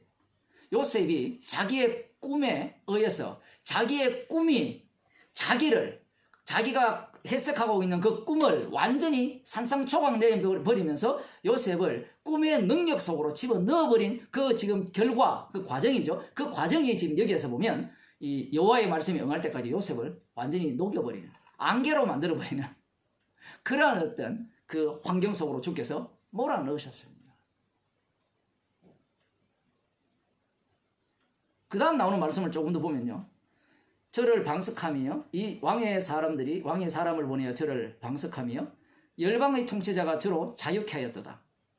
저로 그 집의 주관자를 삼아 그 모든 소유를 관리케 하고 임의로 백관을 제어하며 지혜로 장로들을 교훈하게 하였도다. 자, 여기까지는 되게 좋죠. 되게 좋은데 그 다음 구절이 완전 충격받게 하죠. 우리는 뭐 별로 충격 안 받을지 모르지만 이에 이스라엘이 애굽에 들어가며 야곱이 함 땅에 뭐라고 되어 있다고 해요? 객이 되었다. 이게 무슨 이야기입니까 도대체?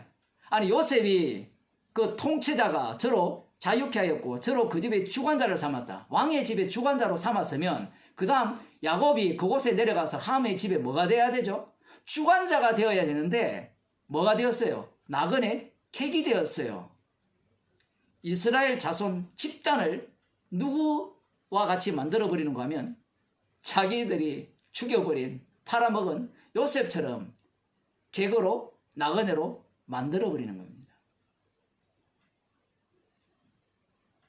아이 목사님 그 다음 또 구원해 주잖아요. 한번 읽어봅시다. 어떻게 되는지.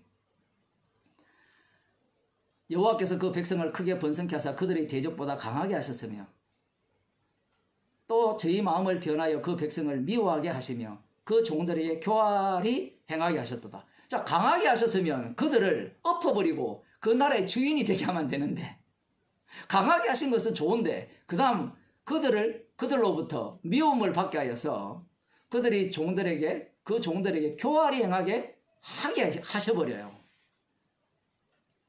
생각하는 예상들이 계속해서 무너지고 녹아집니다. 이게 반복이에요, 이스라엘은. 그러면서 이스라엘을 어떻게 새롭게 창조하시는가? 그 어린 양의 피로 계속해서 새 창조를 하시겠다는 거예요.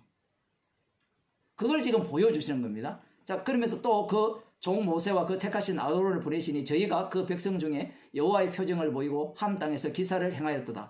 여호와께서 흑암을 보내사 어둡게 하시니 그 말씀을 어기지 아니하였도다. 저희 물을 변하여 피가 되게 하고 저희 물고기를 죽이셨도다. 그 땅에 개구리가 번성하여 출애굽기에 나오는 그 10가지 재앙이죠. 왕의 궁실에 있었도다. 여호와께서 말씀하신 적 파리 때가 오며 저희 사경에 이가 생겼도다. 비 대신 우박을 내리시며 저희 땅에 화염을 내리셨도다. 저희 포도나무와 무화과나무를 치시며 저희 사경의 나무를 찍으셨도다. 여호와께서 말씀하신 적 황충과 무수한 메뚜기가 이르러 저희 땅의 모든 채소를 먹으며 그 밭의 열매를 먹었도다.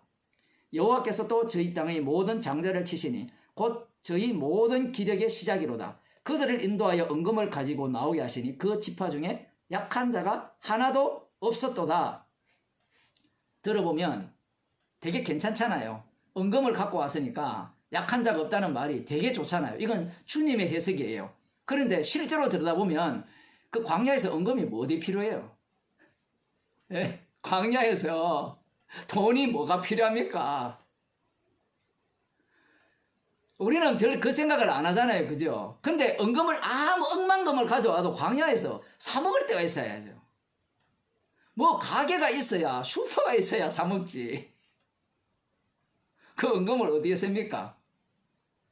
가장 먼저는 어디에 써요? 황금송아지 만드는 데 써요.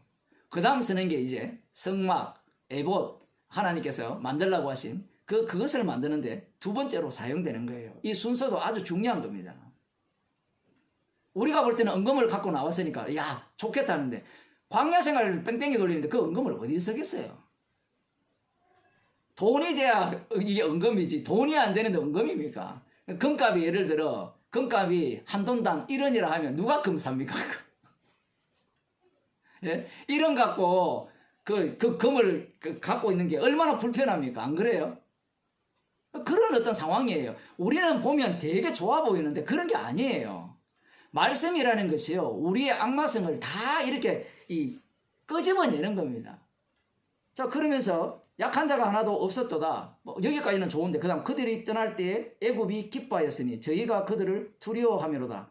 여기까지도 신이 나는데 여호와께서 구름을 펴사 덮개를 삼으시고 밤에 불로 밝히셨으며 그들이 구한적 매출하기로 오게 하시며 또 하늘 양식으로 그들을 만족케 하셨도다. 이 광야 생활을 확 이렇게 지나가게 하시는데 그 뒷부분도 나오지만 반석을 가르치신 적 물이 흘러나서 마른 땅에 강같이 흘렀으니 이는 그 거룩한 말씀과 그 종 아브라함을 기억하셨음이로다. 자, 여기까지 보면 이게 좋습니까 나쁩니까?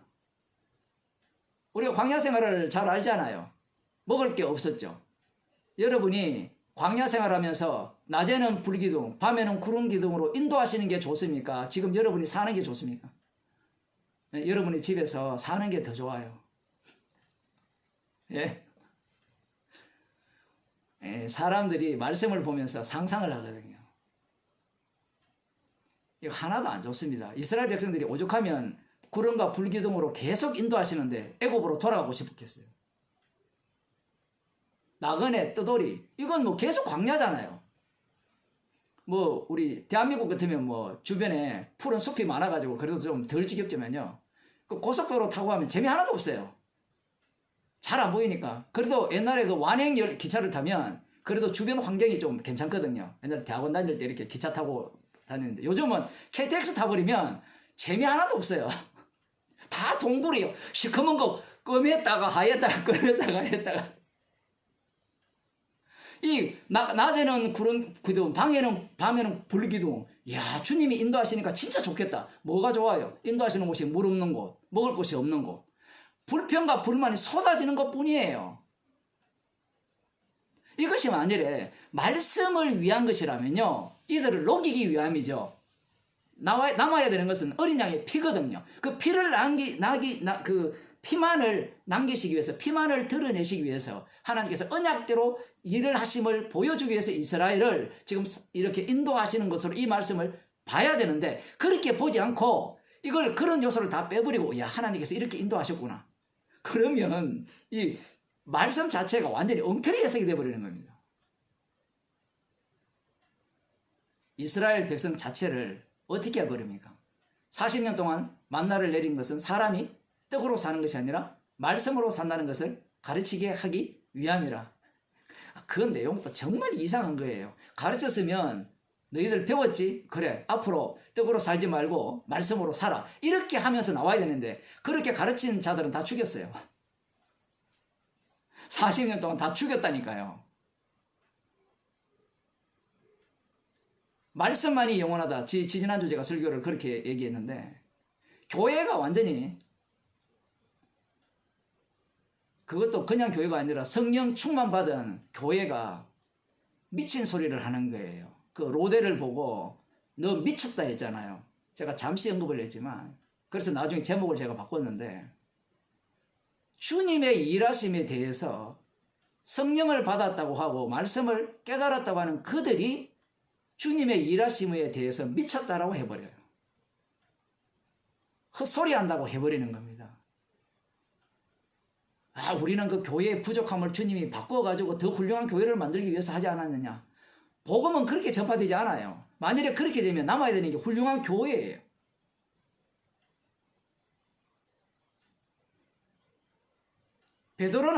베드로의 모습을 보면 우리가 예상하는 바대로 베드로가 그 모습을 보여주지 않습니다. 그 정도로 3년 동안 따라다니면서 엉망진창으로 드러났다면, 그 다음에 성령 받은 이후에는 깔끔하게 나타나야 되는데 안 깔끔해요. 이제 완전히 새 신앙, 그러니까 그 새로운 신앙, 새로운 믿음이니까 새로운 생활로 완전히 바뀌어야 되는데, 새로운 생활이 전혀 안 돼요.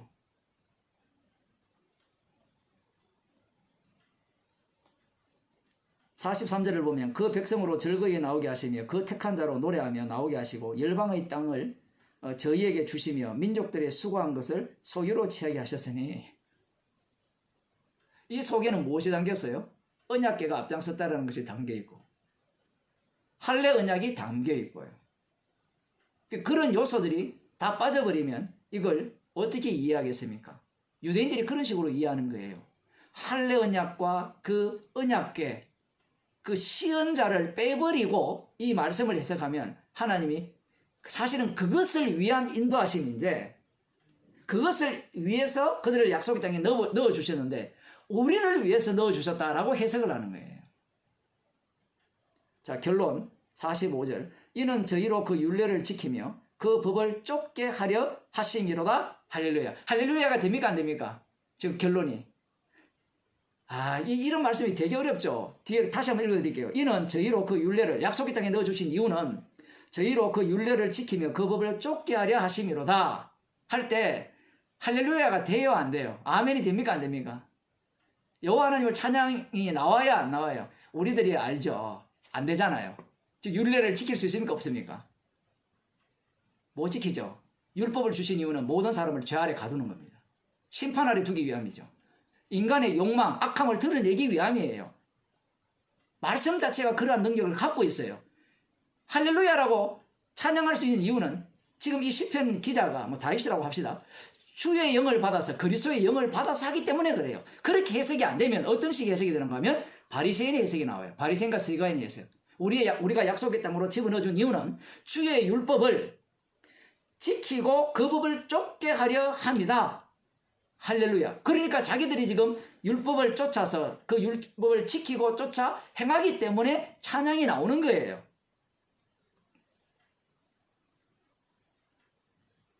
지금 이 말씀이 그들을 또 무엇을 꾸게 만드는가 하면요.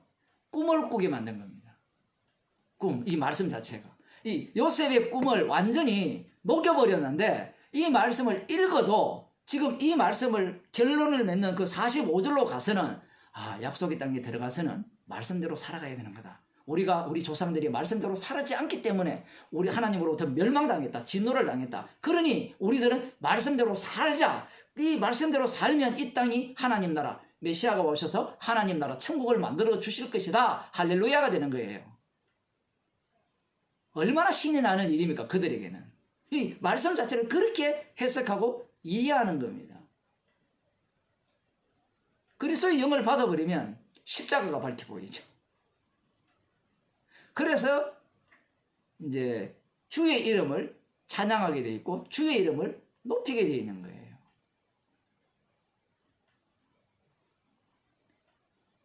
그러니 말씀 자체가 우리를 녹이시고 우리를 날마다 죽이시는 그러한 말씀임을 이스라엘 백성들은 알아먹지 못했던 겁니다.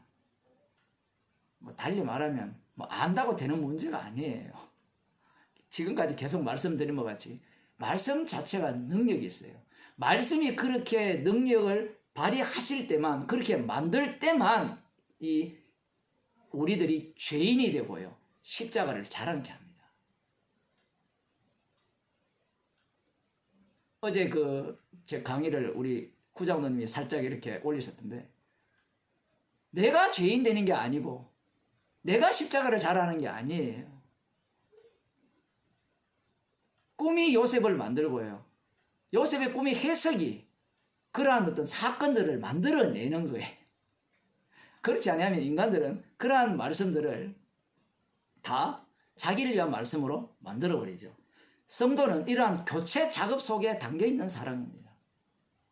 고린도후서를 보고 마치겠습니다. 고린도후서 4장을 보면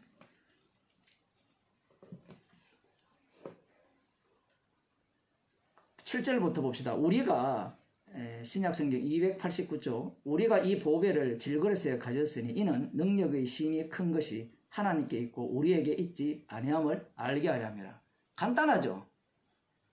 제가 사도행전 설교할 때도 우리는 복음을 실어 나누는 수레다, 그릇이다 이렇게 표현했는데 그 고린도후서 4장 7절입니다.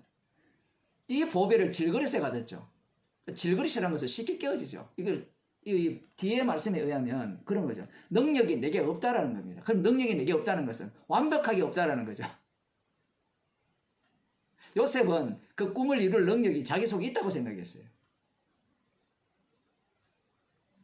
말씀의 능력 속에 요셉은 아니어가 되고 그 말씀만이 그 요셉을 통하여서 말씀을 이루어 가시는, 그 언약대로 이루어 가시는 그러한 어떤 그 일임을 요셉은 눈치채지 못했던 겁니다. 나중에 이제 차후에 알게 되는 거죠. 능력의 크심이 하나님께 있고 우리에게 있지 아니함을 알게 하라 합니다. 이 말씀은 늘 현정입니다. 우리가 복음을 안다고 했을 때 복음하는 능력이 우리 가운데 있는 게 아니라 우리는 능력이 없다라는 겁니다. 근데 우리는 자꾸 착각을 해요. 그 요셉이 아버지를 다 봤잖아요. 야곱의 그 생애를 두 눈으로 목격했잖아요. 그 형제들이. 목격해도 소용없어요. 왜 그게 소용없는 것으로 나오는가 하면요. 계속해서 말씀드립니다만은 그것이 소용이 있게 되면 주님의 일하시면 날아가 버립니다. 인간의 일만 남게 되어 있어요. 땅에. 태초에 천지를 창조하실 때 말씀으로 되어졌잖아요. 그 말씀대로 되어지는 것만 남아야 되는데 선악과를 따먹은 인간들은 말씀대로 되어지는 것 속에 자기가 하는 것을 집어넣어서 내가 한 행위의 결과를 남기려고 하는 거예요. 아예 사도 바울은 이 말씀을 통해서 복음의 능력을 질그릇에 가졌다. 끝! 그것은 능력의 심이 큰 것이 하나님께 있고 우리에게는 있지 아니함을 알게 하렵니다. 요 이야기입니다. 하나님께 있다가 끝이 아니고 우리에게 있지 않다는 게 나와야 돼요. 우리에게 있지 않다라는 것이 나오지 아니하면 하나님께 지극히 큰 능력이 있다. 이거 하나님을 달리 표현하면 십자가의 주님이죠. 그 십자가의 그 능력이 그분에게만 있다는 것이 나올 수가 없어요. 이것은 예수님의 말씀과 항상 동일합니다. 날마다 자기를 부인하고 나를 쫓아라. 그는 흥하여야 했고 나는 쇠하여야 하리라. 내가 쇠하지 아니하면 그분이 흥할 수가 없어요. 그도 흥하고 나도 흥하는 건 없습니다. 복음의 진리는 항상 이 원리를 갖고 있어요.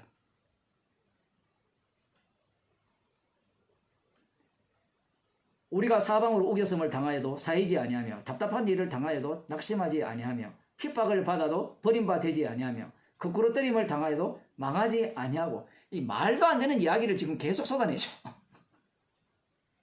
우겨섬을 당했는데 사이지 안 했다는 거예요. 이게 말이 됩니까? 꼭 그 엘리사와 게하시가 보는 그 아람 군대를 보는 거죠. 그 엘리사가 볼 때는 우겨섬을 안 당했어요. 오히려 저들이 우겨섬을 당했어요. 그런데 게하시가 볼 때는 자기들이 아람 군대에 둘러싸임을 당했어요. 이 세상 사람들이 보기에는 미친 사람이죠. 우겨섬을 분명히 당했어요. 그게 현실입니다. 현실인데 그 현실이 이 성도에게는 그게 가상현실로 보이는 거예요. 게하시가 보는 눈은 현실이고 엘리사가 보는 눈은 진짜 현실이죠. 그러면 게하시는 가짜 현실이고 진짜 현실은 엘리사가 보는 시각이잖아요. 그 안목을 지금 그대로 보여주고 있는 겁니다. 성령 받은 사도 바울이. 답답한 일을 당하여도 낙심하지 아니하며 답답한 일이 있단 말입니까? 없단 말입니까? 당한단 말입니까? 안 당한 말입니까? 답답한 일을 당해요.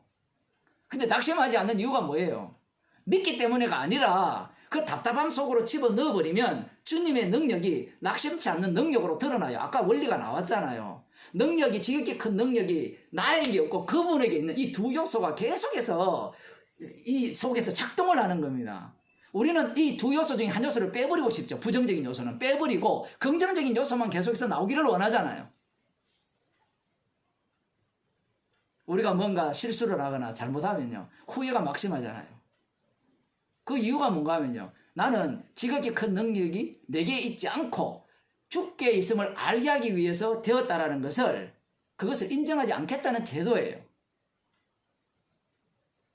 나중에요. 지금 좀 그래도 우리가 뭐 나이 별로 안 됐으니까 빳빳하게 말씀도 듣고 뭐 이렇게 하는데 나중에 정신도 흐려지고 그러면요. 나도 나를 감당 못해요.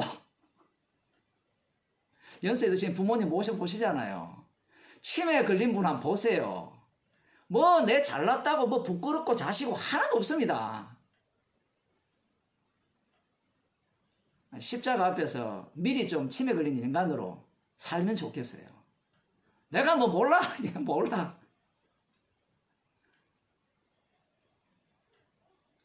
그렇게 살려고 하지 않는 거예요. 그러니까 나는 무너지지 않아야 되고 나는 계속해서 번듯하게 있어야 되고 실수하지 않아야 되고 실패하지 않아야 되고 그렇게 된다는 것은 그것은 악마한테 속는 거잖아요. 악마한테 가장 잘 속는 방법은 그거예요. 복음을 잘 전했으니까 이제 복음대로 내가 제대로 판단할 거고 제대로 이해할 거고 제대로 알 거고 악마한테 속아 넘어가는 겁니다. 이번에 속아 넘어갈 뻔했잖아요. 이거 마귀한테 완전히 이 깜빡 속아 넘어갈 뻔한 거거든요.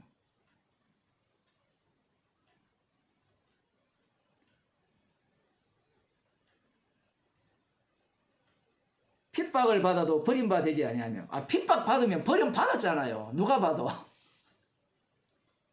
아무도 안 구해줘요. 그러면 주변 사람들이 뭐라 합니까? 너 누가 구해줘? 아니 스데반 집사님이 핍박받으면서 돌에 맞아 죽었는데 누가 구해줬어요? 어느 누가 스데반 집사님을 버린 자라고 하지 않겠습니까? 누가 봐도 버린 자예요. 대화가 안 돼요. 우리들이 이 복음을 안다고 할 때 자꾸 대화를 자꾸 뭘로 하려고 하는가 하면 이성적으로 하려고 하고요. 논리적으로 하려고 하고요. 합리적으로 하려고 해요. 그 논리와 합리와 이성을 다 뚫고 나오는 게 복음입니다.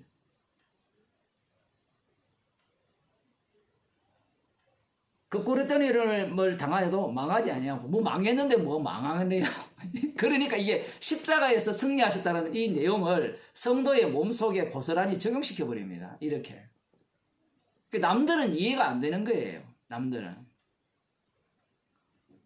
그러면서 우리가 항상 예수 죽인 것을 몸에 짊어지면 그 예수님의 죽음을 이 몸에 짊어지고 사는 거예요. 뭐 이걸 두 가지로 표현할 수 있습니다. 이 짊어진다는 건 항상 짊어지고 다니는 거거든요. 현재 분사형으로 되어 있으니까 예수님을 살해한 것과 그죠? 그 살해당한 그분이 대신 죽으심을 이 몸에 동시에 짊어지고 있는 거예요. 이 몸 자체가. 그래서 이 몸 자체가 두 요소가 계속해서 쏟아져 나오는 겁니다. 그러면서 짊어지면 예수의 생명도 우리 몸에 나타나게 하려 함이라. 놀랍죠? 예수의 생명이 우리 몸에 나타나게 하는 방식은 예수 죽인 것을 뭐 해석 잘했어요. 그걸로 예수가 그 예수님의 죽음을 그렇게 하든 죽인 것을 하든 우리가 살해자고요. 살해당한 그분이 대속물이 되셔서 우리의 죄를 용서하시고 구원해 주셨잖아요. 그것을 짊어지고 사는 겁니다. 짊어지고 사니까 예수의 생명도 우리 몸에 나타나게 하려 함이라. 자, 여기까지만 딱 본문이 있으면요. 이야, 신난다라가 되거든요. 신난다. 예수의 생명도 우리 몸에 나타난다. 예수 죽인 것을 몸에 짊어졌으니까 이제 예수의 생명이 우리 가운데 나타난다. 근데 예수 죽인 것을 짊어졌다라는 것은 예수님의 죽음을 짊어졌다는 건데 예수의 죽음을 짊어졌다는 것은 성도의 삶이 늘 십자가 사건 속에 산다는 얘기입니다.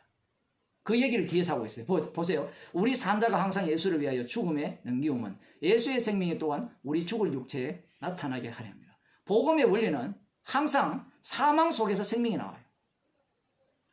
주님의 십자가의 피로 살림을 받은 자가 예수를 위하여 죽음에 넘겨워요. 넘겨오면 예수의 생명이 우리 죽을 육체에 나타난다는 겁니다. 이게 서로 말 안 되는 얘기를 지금 두 가지 요소를 하나를 갖고 두 가지 요소를 계속 말씀하기 때문에 이해가 안 되는 거잖아요. 이거는 뭐 이해하라고 하시는 말씀이 아니라 성도의 몸 자체가 예수님의 예수님을 통하여 계속해서 이 위하여라고 표현했는데 그 전치사를 조금 헬라어 성경은 조금 다르게 되어 있는데 예수님을 통하여 죽음에 넘겨온다. 이건 상당히 의미가 달라져 버리거든요. 예수님을 위하여 뭐 이렇게 해도 돼요. 어쨌든 주체가 주님이 되시면 되니까. 그 예수님을 위하여 죽음에 넘겨오는 겁니다. 그러니 예수 죽인 것을 짊어졌으니까 이제 예수의 생명이 우리 가운데 역사한다. 야, 신난다. 이런 얘기가 아니라 죽인 것을 짊어졌으니까 너 자체를 그 죽인 것을 그대로 담아내는 그릇이라는 얘기입니다. 그런즉 사망은 우리 안에서 역사하고 생명은 너희 안에서 하느니라. 이런 말씀 자체도 사람들은 되게 신이 나게 생각하는데 이 말씀을 요셉에게 적용시키면 요셉은 다 말씀이 응하게 하기 위해서 말씀이 들어왔을 때 자기 나름대로 꿈을 꾸고 있고 이 말씀을 해석하고 있고 적용하고 있는데 주님이 다 녹여버리고 말씀만 응하게 하는 사망은 우리 안에서 역사하고 생명은 너희 안에서 하느니라. 아, 사망이 내 안에서 역사했으니까 너희들 생명이 역사하지. 그 사망 역사하는 것이 뭐라고 할까요? 기쁘고 막 프라이드를 갖고 이런 요소가 아니에요. 그런 식으로 사람들이 생각을 하잖아요. 자기를 낮추는 자체를 의롭게 이긴다는 자체가 벌써 십자가의 원수인데요. 아까 전에 나왔잖아요. 아까 전에 우겨섬을 당하여도 그 우겨 사여지 않고 똑같은 겁니다.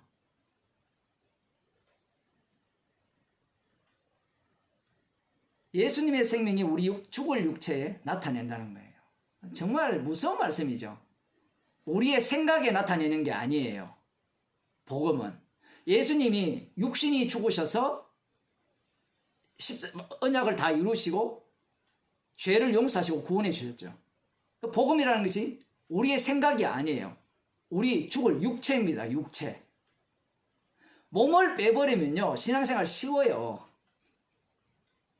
아까도 그런 얘기했지만 몸을 빼버리고 여러분들이 와서 이렇게 말씀을 안 듣고 유튜브에 집에서 누워서 듣고 이렇게 하면요 신앙생활하기 되게 쉬워요. 다 옳아요 맞아요 이렇게 되는데 그 모이기 시작하면 어떻게 되는가 하면 오는 것부터 힘들어요.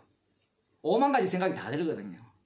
내가 가서 뭐하지 피곤한데부터 시작해가 또 어떤 경우에는 꼴 보기 싫은 사람도 있고 어떤 사람은 만나기 싫은 사람도 있고 또 마치고 뭐 저녁을 드실지 모르지만 지금 반찬 해왔는데 짠 거 해온 사람도 있고 싱겁게 해온 사람도 있고 부터 시작해가지고 감사도요 한두 번 감사지 시간 지나면요 이게 물리거든요.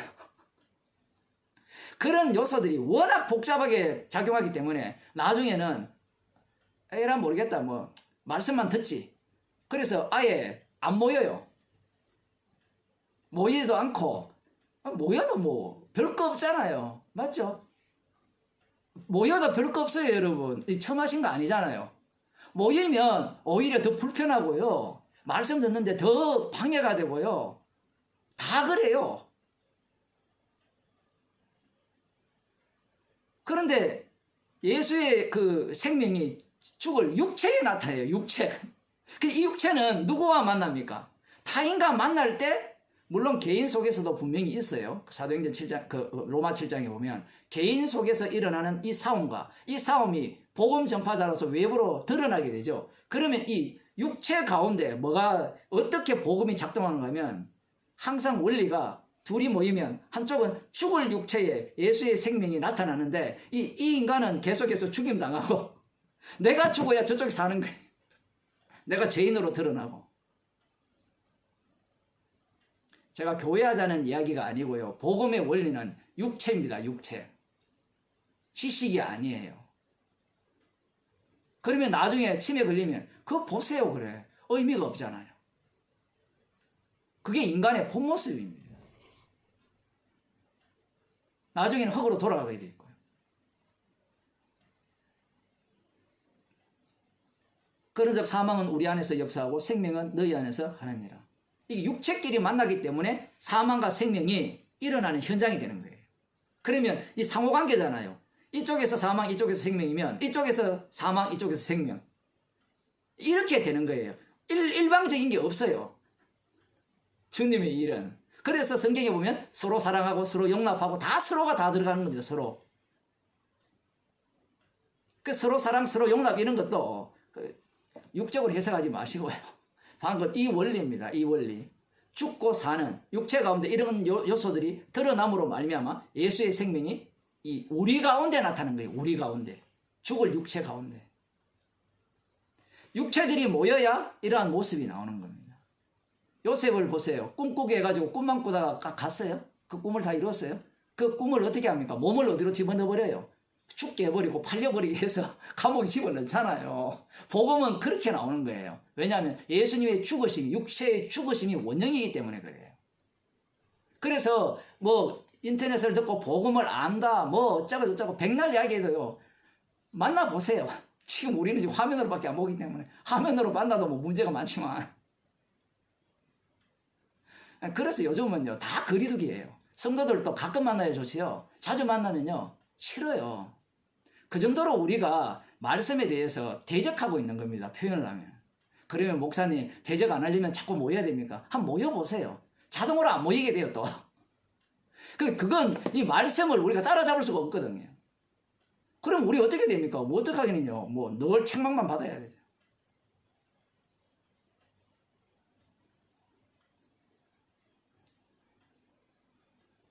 기록한 바 내가 믿는 거로 말하였다 한 것 같이 우리가 같은 믿음의 마음을 가졌으니 우리도 믿는 거로 또한 말하노라. 같은 믿음을 가졌으니까 방금 말씀드렸잖아요. 이쪽은 죽고 이쪽은 살고 이쪽은 살고 이쪽은 죽고 계속 이 죽고 살고가 같은 믿음을 가졌으니까 한쪽만 일방으로 죽는 게 없는 거예요. 근데 반대쪽에서 야 내가 죽었으니까 네 생명이 나왔으니까 너도 죽어. 이런 요구도 못해요.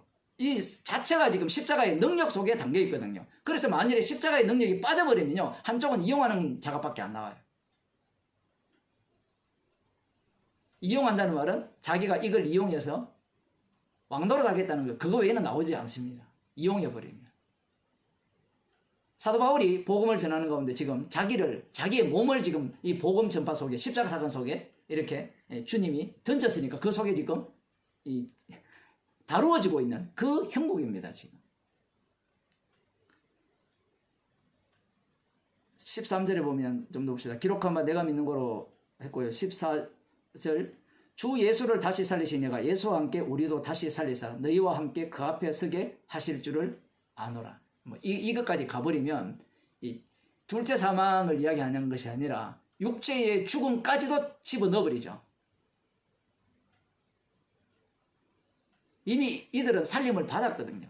생명을 받았는데 이런 표현을 하는 것은 그 인간들이 그 놀이는 신앙이라는 것이 이 당시에도 뭐 철학이 발달했으니까 다 지식으로 흐를 수도 있으니까 그 지식이라는 것은 복음이 아니라는 거예요.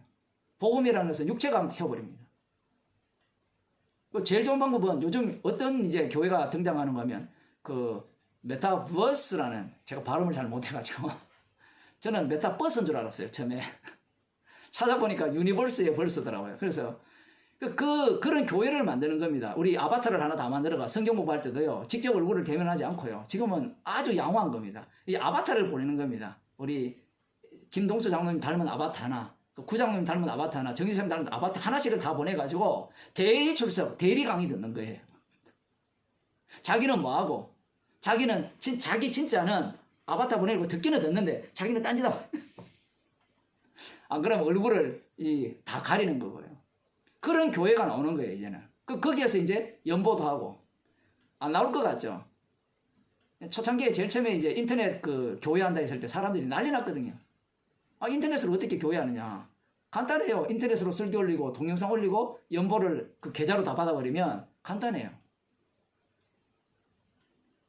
앞으로 더 그렇게 될 거예요. 그러면 얼마나 쉽습니까?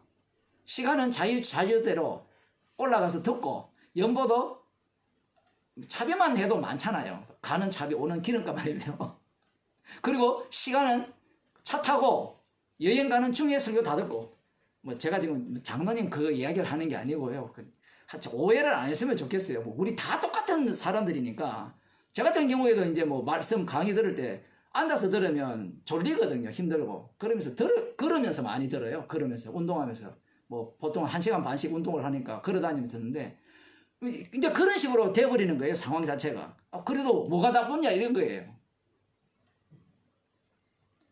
그러한 것들에 대해서 주님의 죽으심 자체는 이 땅에 오셔서 육체가 죽으신 거거든요.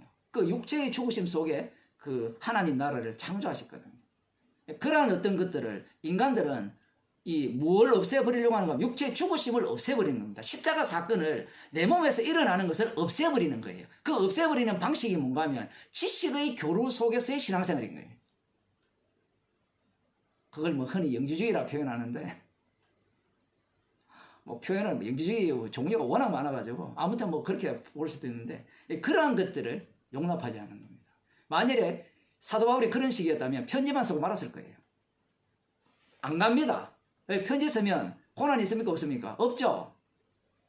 영상만 띄우고 뭐 안 만나면 뭐가 있어요? 다툼이 없잖아요.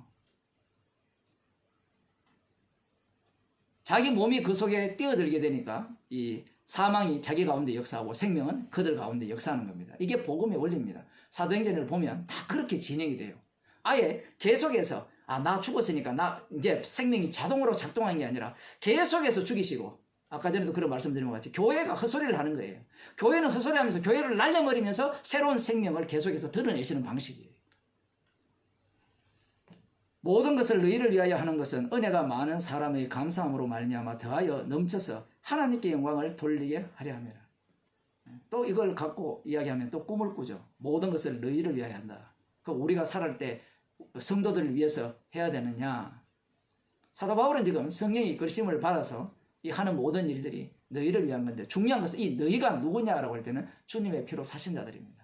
그러면 이 너희는 이 너희를 위한다 했을 때 그 너희들도 아까 조금 전에 본문에 나왔듯이 사망이 자기들 가운데 역사하고 생명이 이 죽을 육체에 나타나는 너희예요.